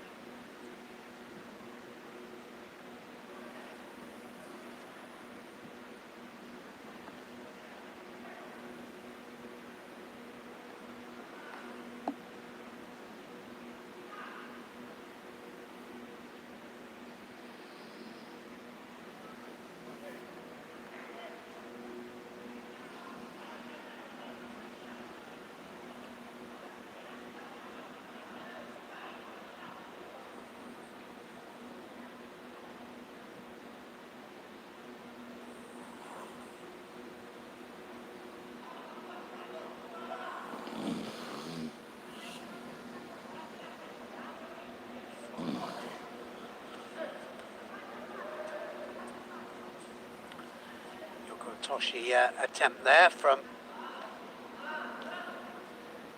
Shamshayev, and Shamshayev here dominating that outside sleeve. Just drop there to avoid. That's going to be a Shido, I think.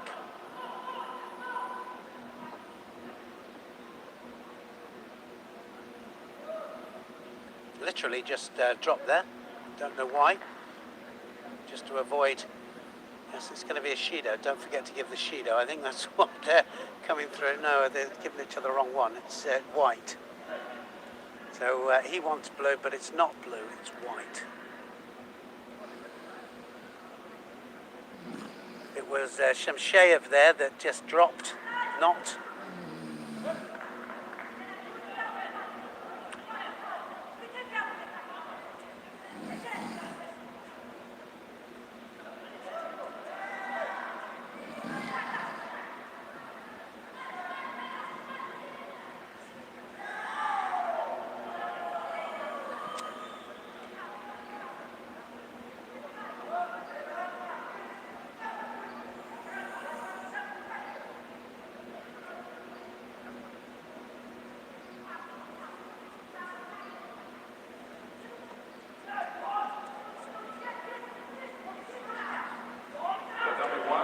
So anybody's match, this one. Just depends on who takes control of it. They need to just concentrate on trying to get a score here. They're fighting for grips.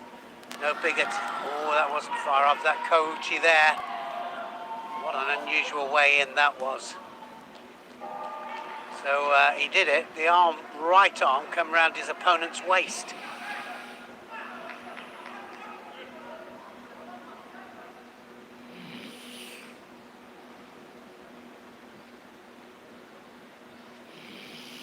Sometimes they have such unusual ways in for some of the techniques.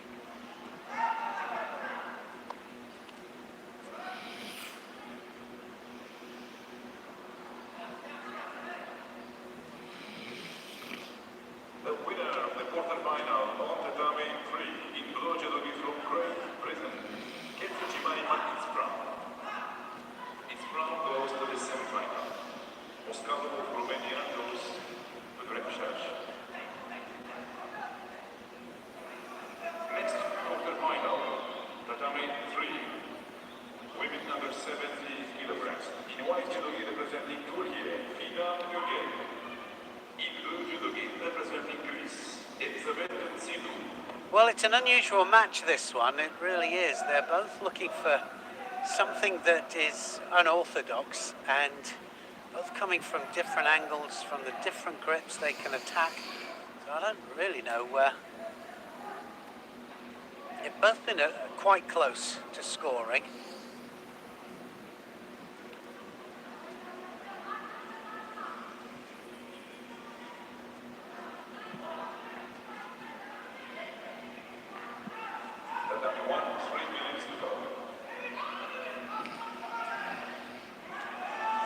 Sinagi!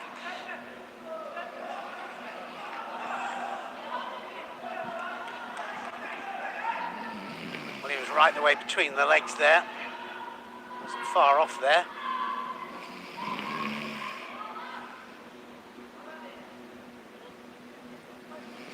Shamshev gets a Shido as well this time.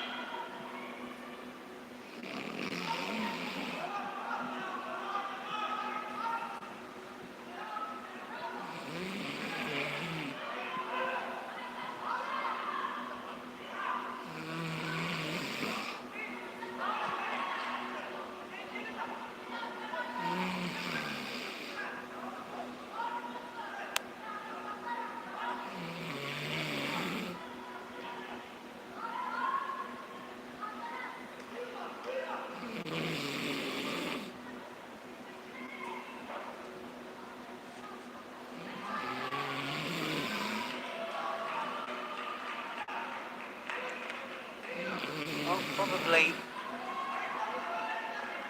Akadov just on top of this, but he's the one that's really starting to pile the attacks in. You've got to be careful of the counters, so it's been really close. No, it's not enough.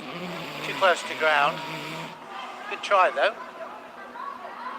Did he get it? I thought it was too close to the ground.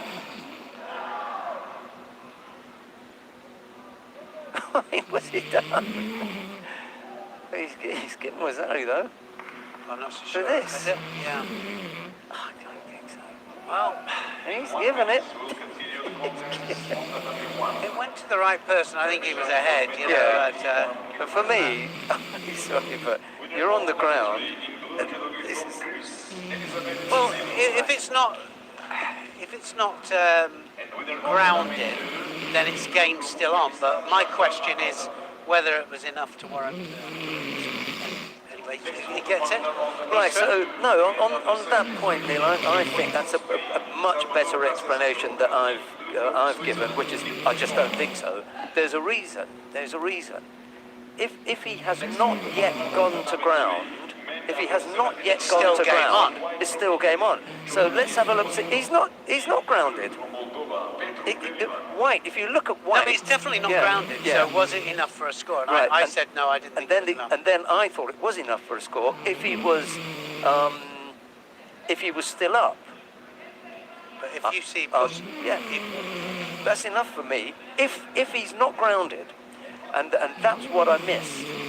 Was he grounded or not, and he wasn't grounded. Therefore, then you can then say, was there enough? And then there was enough. Strange, absolutely, really strange, because my first thought was no.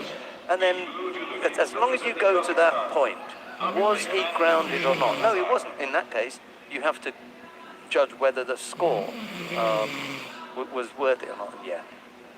Okay.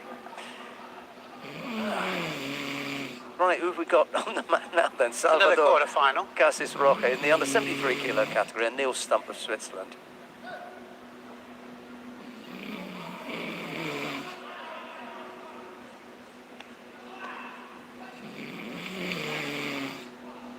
Krivchach and Jobanazar in the repechage contest on mat number 1. De Witt and Gautier Drapeau will follow. They've had a 10-minute break, and it was Gautier Drapeau that needed the break because he was walking off after having lost that. He's got to go all the way back round through there. They'll be calling him by the time he goes in there because his number's up. When your number's up, your number's up. And then we'll see Mendiola and Latishev in that first semi-final.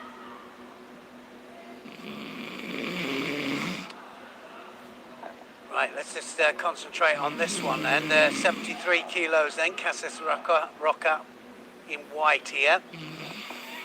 Do you use that term? He's rocked up. Very good. What time did he rock up? He's on the belt for a while, wasn't he, Cassis Roca? Draw, stomp in, maybe.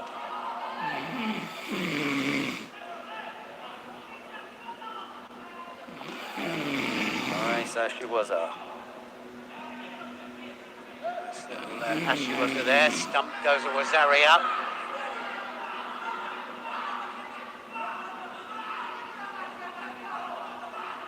Maybe a little bit higher up. Yeah, well, if Sasai, wasn't it? You know, it's like so. You Catches could him up say, by well, the was knee, it doesn't it? Izaguruma? Yeah, I think so. Could have been. I More think so, couldn't yeah. have, yeah. I mean, he's gone right behind the knee. Well, Sasai's a prop, Yeah. you know, but it depends on the movement of the body and a few other things. But anyway, that's little Ashiwaza. That is a good point, because if the action is prop, then it doesn't matter where the foot really hits, does it? It's that propping, It's the prop, yeah. action. Yeah.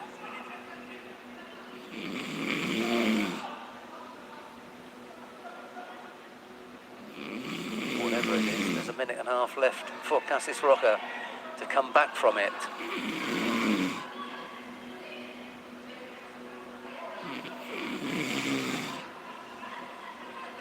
Oh, and he's going to get a score for that, is he? He kind of stopped it there and then fell on it. Did he get a drive off it in order to score, Cassis Roca? Just have a look at where this stops and then when it starts again. Just kind of hooked the outside of the leg there. He might... And I think there's a turn here as well. Look at him hooking the outside of the leg just. I think they might give that a score, you know. I just a little feeling there that they might give that.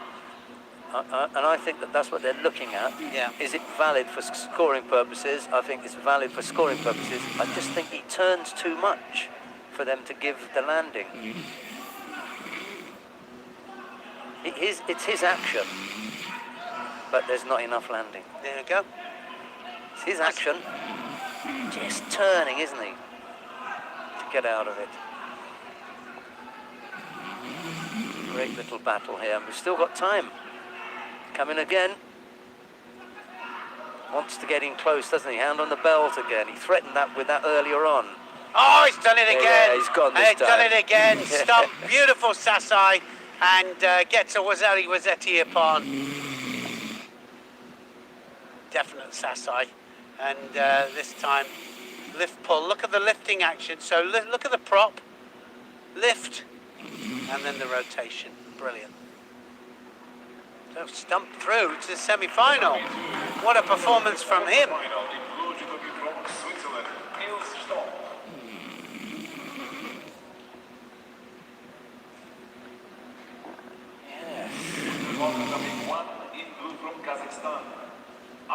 Tatame 2, next contest. Coming up next, the repechage contest in the under 63 kilo category. We've got a quarter final down on mat number 3 in the under 73 kilo category, and we haven't seen a great deal of them, have we? We might want to go down to mat number 3. Repechage contests on mat number 1 and mat number 2, but we've got a quarter final taking place on mat number 3. We're looking at Angsarbek Gainulin of Kazakhstan going up against Obitkon Namonov of Uzbekistan. Gainulin in the white judogi, Namonov in blue.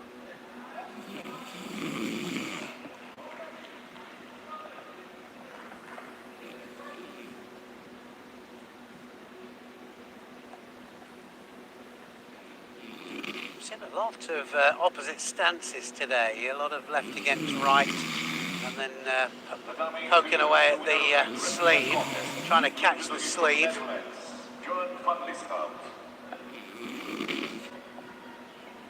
Van Lieshout goes to the final block. He will compete for the bronze.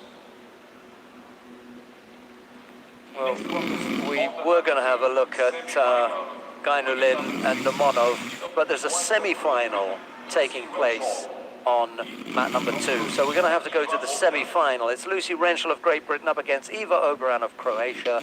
It's Rentschel in the white judogi, Oberan in blue. Far off there with that big hips across there, Rentschel. Right against left again. Yeah, it's lots of it, isn't there? There's lots, and not so bad if it's big hip movement going across. It's when the uchimatas start to pop up, you try and go up the middle there.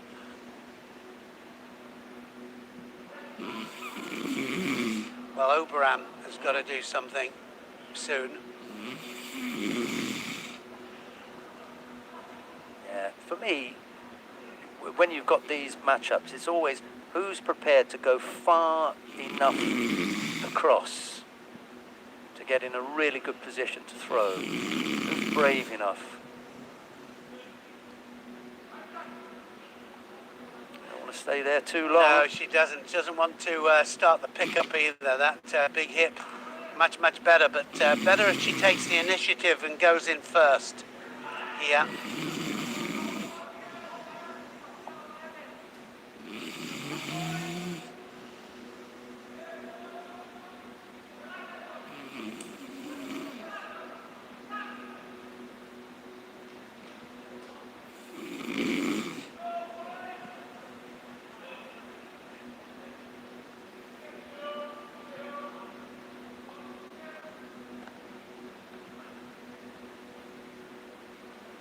Looking for the opportunity for either the arm lock or the shimiwaza here. Rentschel.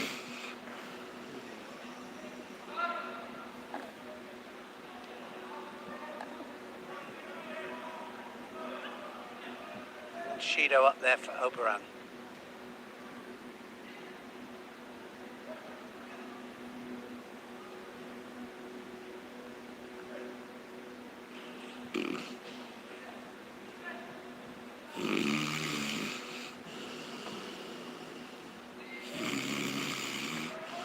Away across the face, and very quick mate there. And I think this is going to be the plan for Oberan, not to get involved in long, drawn-out, side-to-side contact. If you're going to go quickly, grip and go.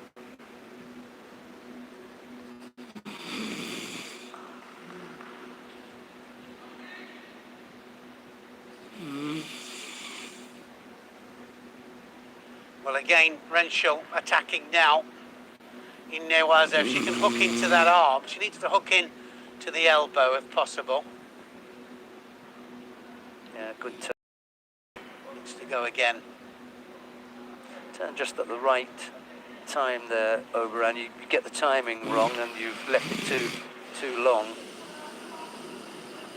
You get caught.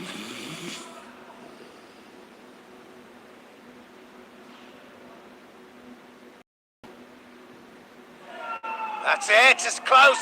That's going to be a Wazari. Oh, I thought that, at first I thought definite Wazari. We'll have a look at the landing first. It's Ippon been given. On the wrong side anyway. That for me was Wazari, but... I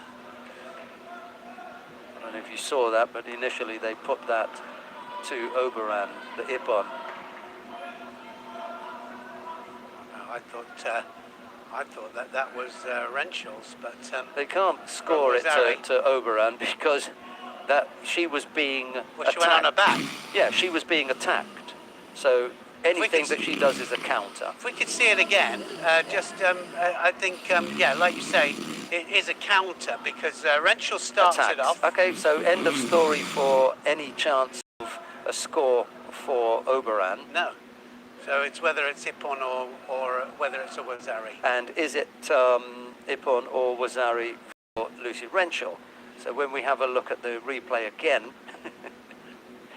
Yeah, for me, I think it's just a bit of an overthrow.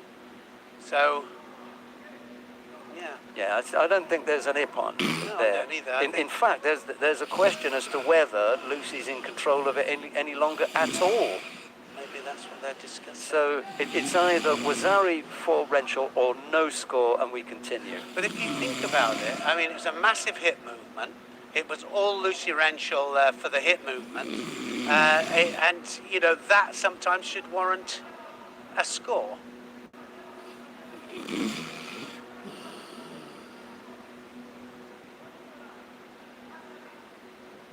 No Ippon? Wazari?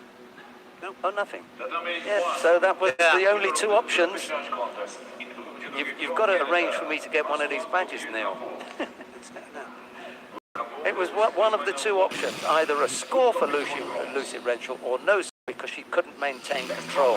On Tatami 1 semi-final, men under 81 kilos. May not matter. She's not making progress with the Shimiwaza anyway. Well, Tushido's up to Bram as well. And you've got your man coming on now, Latisev, on map number 1. Is that in the semi-final? Yeah. Well, this one's pretty finely balanced, isn't it? Yeah, I don't think for much longer, though. I think we'll be able to go over to both in a minute.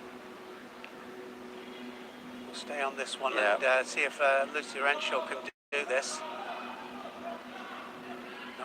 Not enough there. She thought it was, but it wasn't. No. And rather than looking for the score, take advantage of the position now, wrap up the top half, and then free the leg. Yeah, absolutely. She needs to really just concentrate on this now. There comes the leg. Now the turnover.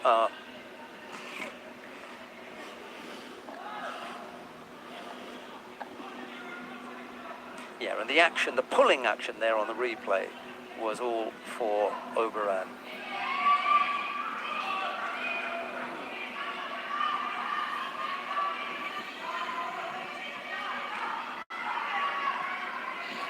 Latishev has been thrown by Mendola for Wazari, and he's been held, or he would have been given Hansokomake for a head avoidance anyway.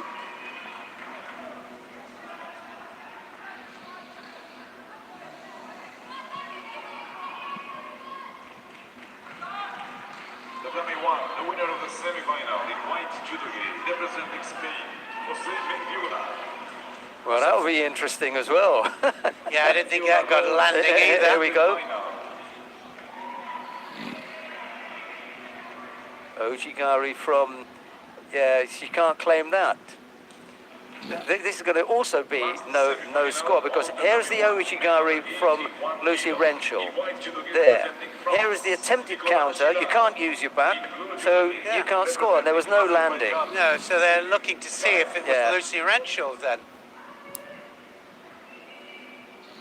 So if the Ojigari is what brings Oberan down, then there should be a score to Renchal. Might want to have a look at that replay Well, that's just what I'm once saying. more. whether it was Renchal's score or not.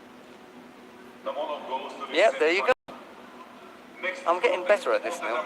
tournament 3, repechage, under 63 kilo. Yes, so Lucy Renshall goes through to the final, guaranteed gold or silver, so congratulations to her.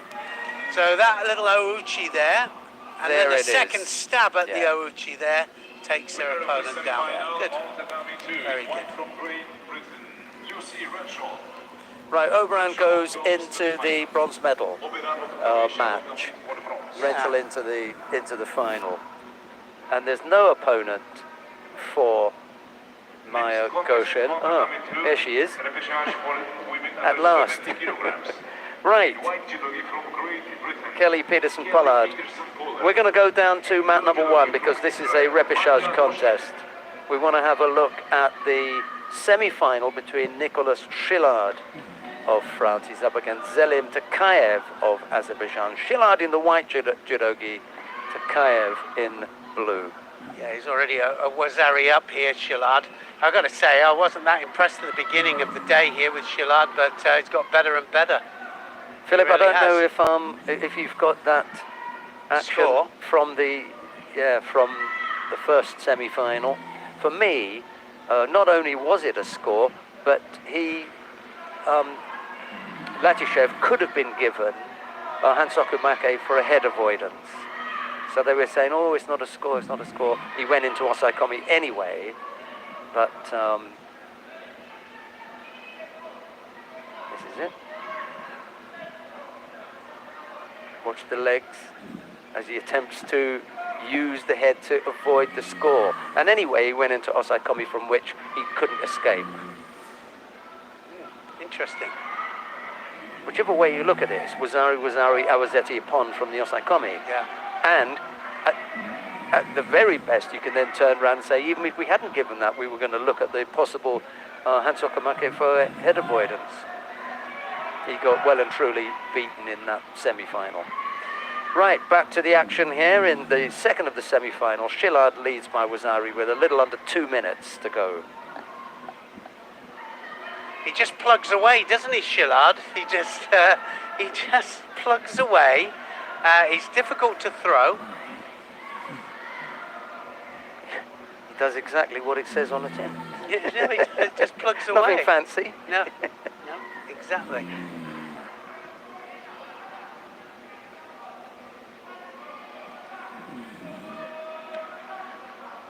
Takayev then knows that he needs something big here. He needs a big score, and Shillard will just try and block him out, I'm sure. Looking for the Juji roll here. Really seen anything major, have we? When it comes to the Newaza.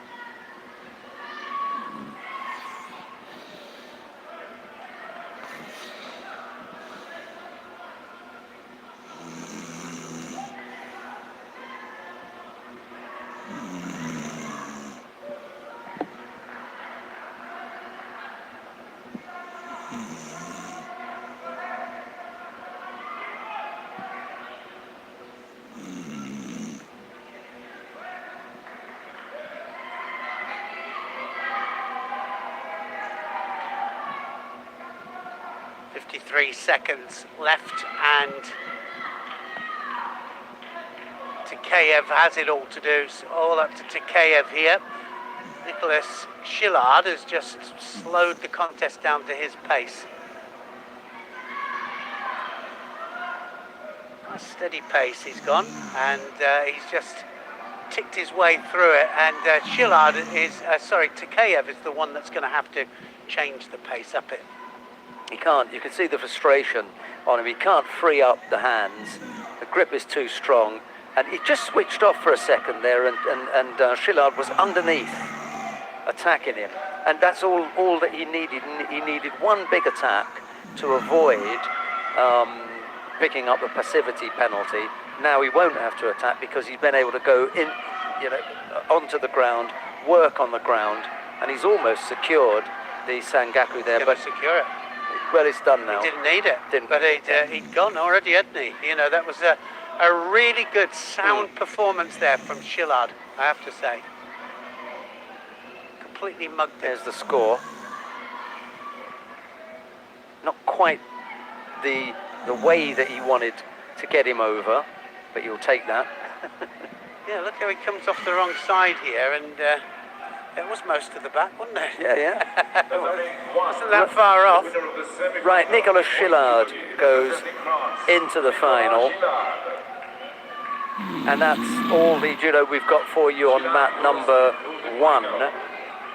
Where's the next semi-final? Well, we've got a couple coming up. We can go to mat number 2 because Kelly Peterson-Pollard is fairly well advanced in her contest against Maya Goshen of Israel. It's Peterson-Pollard in the white judogi, Goshen in blue. We've got 46 or 40 odd seconds left to go. Peterson-Pollard has picked up 2 penalties. Goshen is penalty free. And unfortunately, Peterson-Pollard picks up a 3rd penalty, and it's Maya Goshen who goes into the bronze medal contest. We'll stay here because coming up next is the semi-final in the under 70 kilo category, featuring Martina Esposito of Italy. She goes up against Gabriela Willems of Belgium. It'll be Esposito in the white judogi, Willems in blue.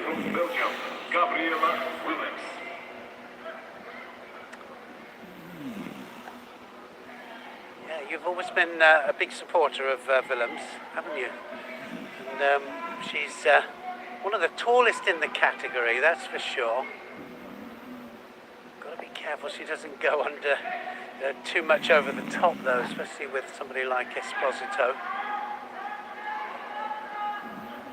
She's got the stature for 70 kilos. Yeah, very tall, you know, it reminds me of Ingrid Bergman's a lot, you know, with her stature, with very upright stature. Took a whack to the mouth there.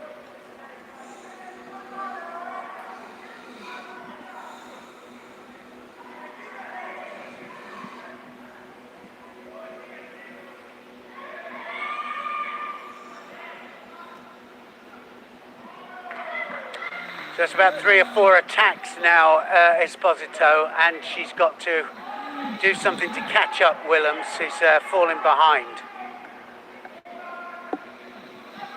She's got to be first in.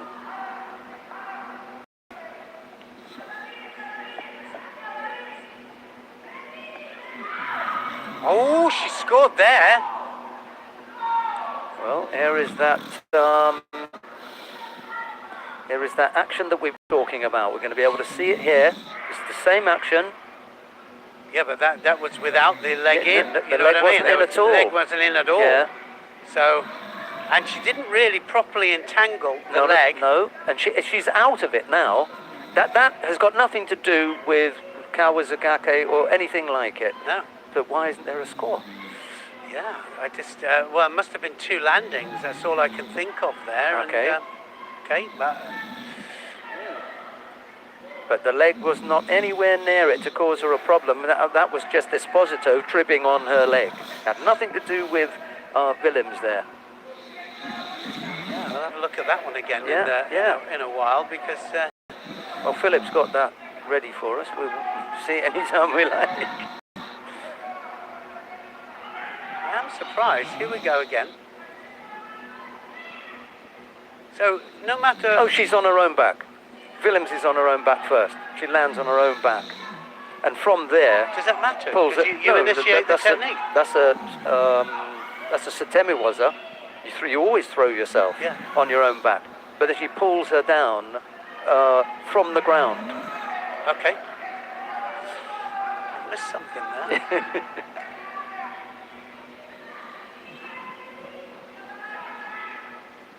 Big arm over the back, and that's going to score. That's an ippon there, and Willems gets the ippon. And definitely she struggled there, Esposito, with that knee. That left Yeah, left she knee. had an injured knee. That was a lovely sumigaeshi there. absolutely flat on the back.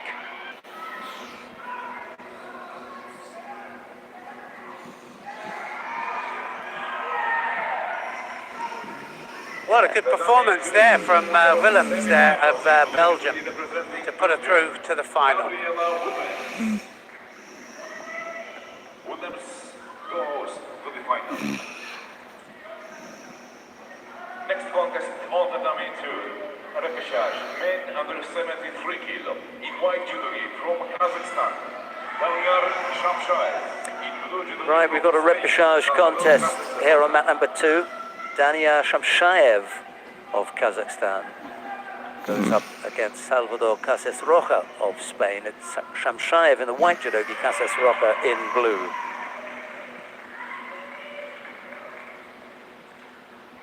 The dummy 3, the winner of the repechage in white judogi from Israel, Gili Sharir.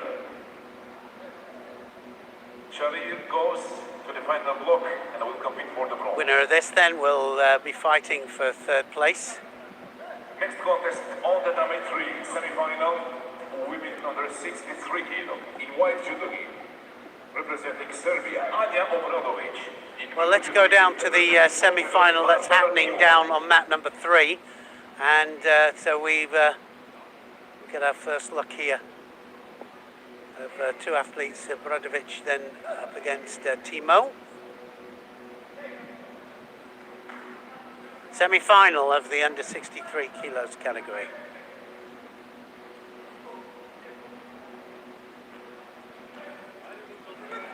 The money, fighter. sorry, the money is on Timo. 70% have gone for Timo in our prediction league. It's the first time I've mentioned it in 2 days. You haven't mentioned it, have no. you? No, you didn't mention it. I don't know. Obradovic just got a nice stance, you know, just very upright, very awkward, big arm over the back. For the category, 63 kilos. Real problem. Oh! There you go. Dear. They're right, we're wrong. Prediction league. Well done, everybody. You're the winner. So, Timo then absolutely smashes her way into the final. Timo of Portugal. And I know quite a few people in Portugal there. Big hello to all of you out there, and just to say, well, be there soon actually. But that was a great tip on that was. What an uranagi that was. Was, as you like to say, boom! Boom! Absolute boom! Right, there's another repechage contest here. I wonder whether we'd started with Shamshayev and Casis Roja. Maybe we can go back there, if you don't mind, to mat number 2. Let's see what's happening between Dania Shamshayev of Kazakhstan and Salvador Cases Roja of Spain. We've had half the contest. Shamshayev has picked up 2 penalties, Casis Roja just the one. See whether we can get something a little bit more positive out of this. There you go. Just the right time. I'm not so sure about that. No, I'm not either, but just the right time to see a nice drop Cianagi. Let's have a look at the landing, though. No, it's a Wazari, isn't it? That's not a Nippon. So I think he lands on to his elbows there. Both elbows hit the floor at the same time. So Wazari given. Yeah, you just, you know, take a second. Yeah, well, that's the thing, isn't it? You know, and Shido as well. Yeah, you know, you. So it was the Shido as well, third Shido, and that means the kind of beautiful technique. Yeah, yeah. The winner of the repechage in blue from Spain. Look at that, beautiful technique that was. Just happened on the other mat, and we've got Ippons coming out of everywhere at the moment. Brilliant stuff. Right, we've got one more semi-final to come on mat number 2. Shakram Akhadov of Uzbekistan goes up against Neil Stump of Switzerland. It's Akhadov in the white judogi, Stump in blue.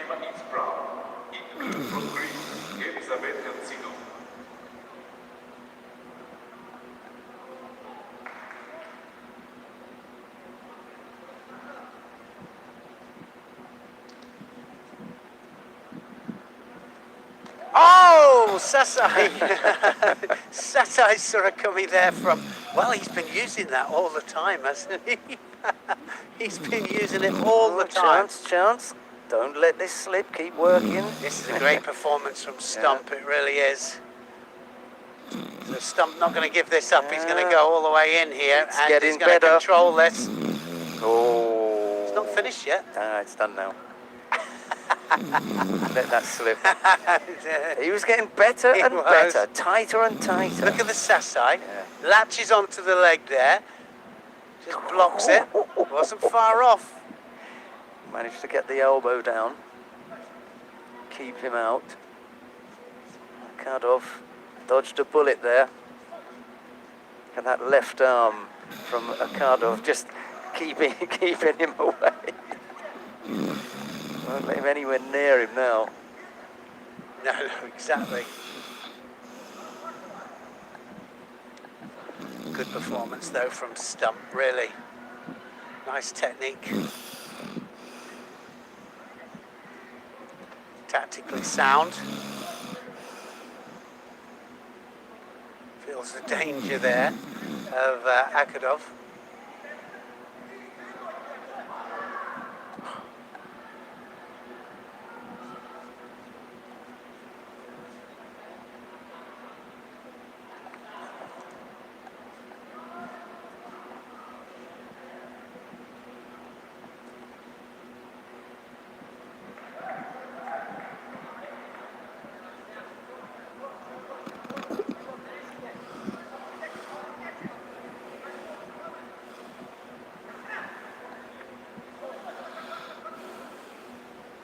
Well, the video referee working very hard. And, a lot of different things happening here.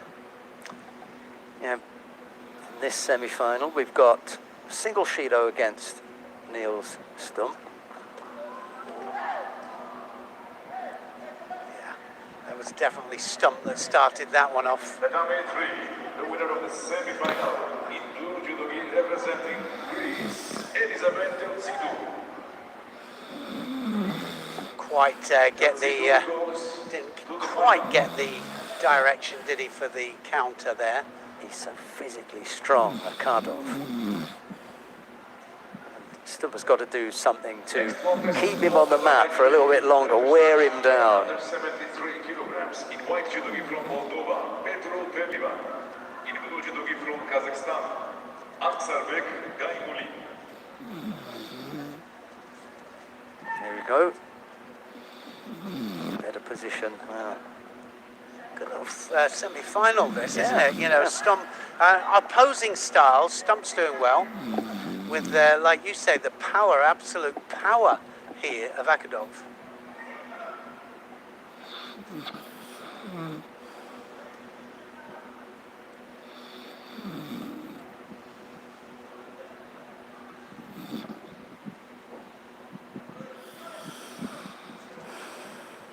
Nice Uchimata.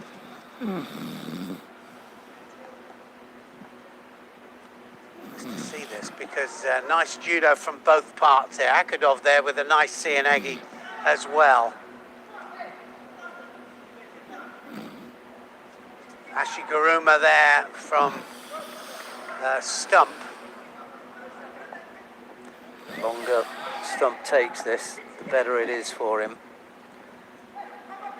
As I said throughout the day here, in several occasions, you can see when you've got an opponent who is physically stronger and at the beginning almost impossible to get past and looking really dangerous, and as the contest goes on they just begin to tire a little bit.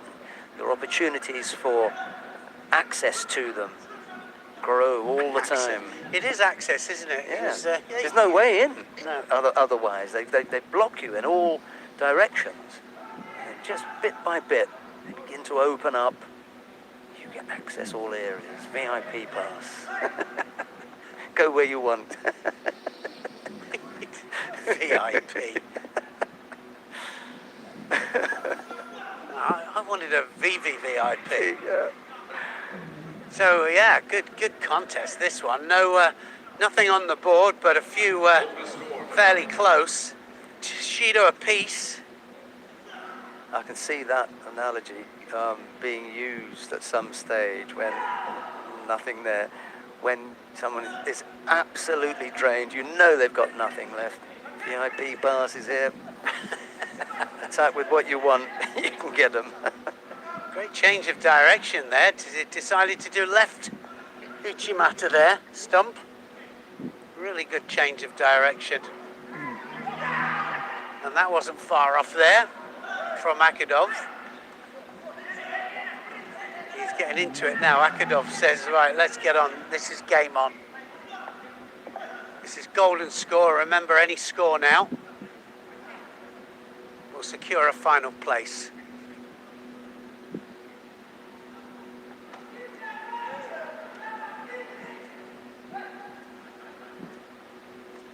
Uchimata on the right. Oh, look at that. Oh, he's almost against the arm there. Wasn't far off.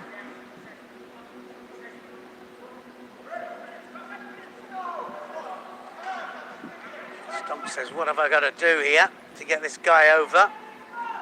I thought he was closer, Stump. Well, I think he has been, yeah, but then all of a Yeah. sudden Akadov will disappear underneath like that. Yeah, And yeah. I mean, they'll throw anybody, really. Those ones, they're fully committed to seeing Agis. This is what happened on map 3.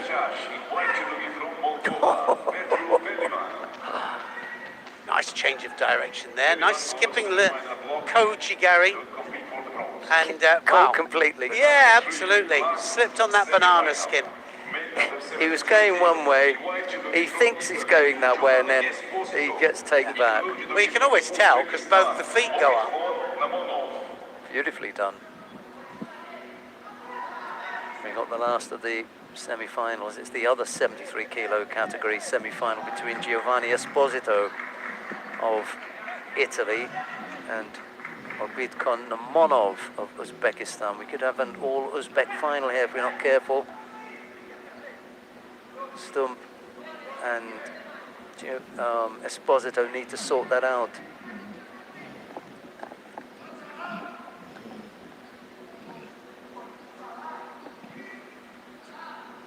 Still think that Stump may do this, you know. Yeah, no, I get the feeling as well, and it's just, yeah, what a great match. It really is a good match, this one. Very evenly matched in different ways.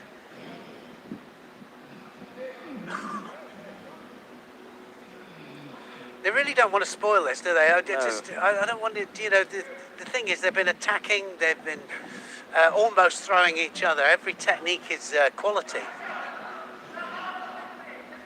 Every technique is absolute quality. No drop, flop. It's everyone going for an ippon. Real efforts.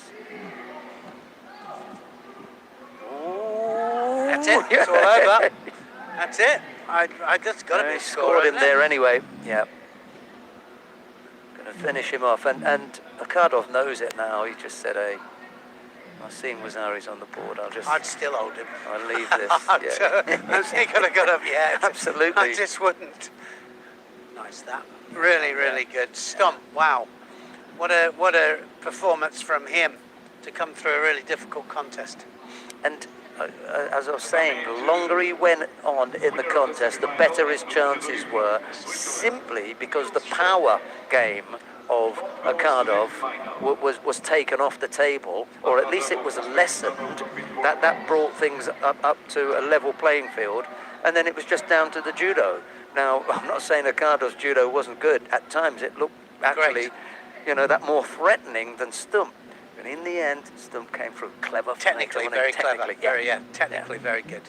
Right, we're watching this second semi-final between Giovanni Esposito of Italy and Obidkon Namonov of Uzbekistan. We joined the contest with a little under 2 minutes left to go. Esposito has picked up a single Shido. Namonov has 2. So on a bit of a knife edge there, the Uzbek fighter. Well, unless he got the shimmy waza here, he might have it. That might be on. That's on. I'm sure it's on the face. Well, yeah. Yeah. And so does the referee as well. got to be careful when you bring that hand up, haven't you? You know, Yeah. point to it. It looks like you're submitting there. And it's almost tapping time, because Yeah. if you're pointing, it means you're in some pain, and if it goes on any longer, you will tap.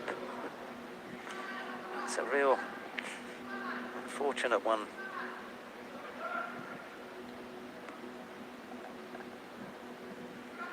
Well, the Esposito family are here.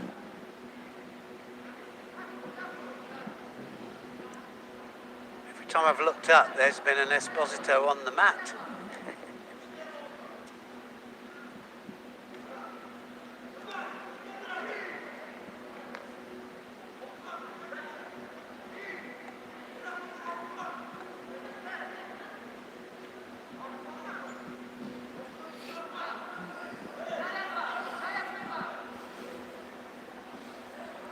Well, he can't afford another one, can he? That's for sure. Romanov knows.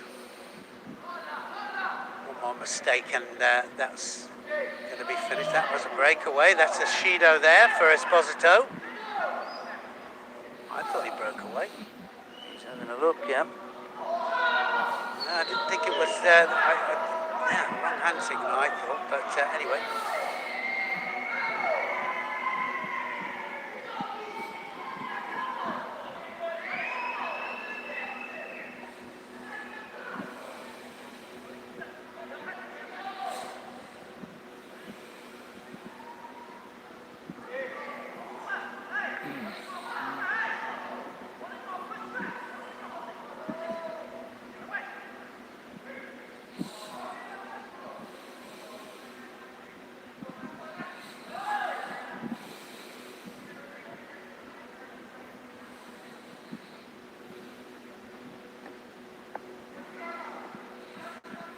Judôs apiece, and that was a nice Cianagi there from Esposito, right on the bell there.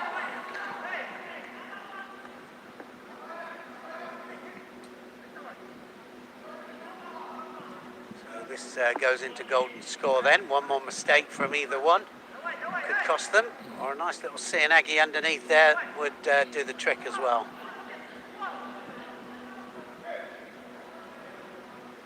Score.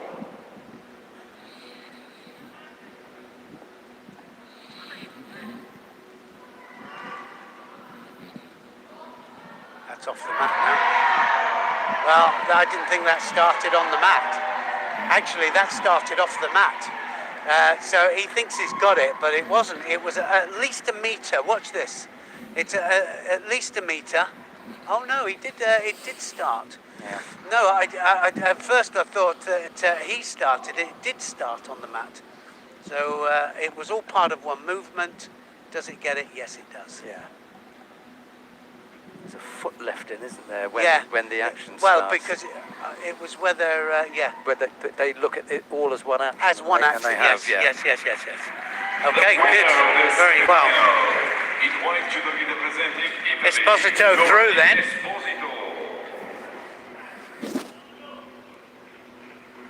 Esposito goes to the final. Namonov of Uzbekistan will compete for the bronze. Right, well, seeing as we have finished with the under 73 kilo category, let's start.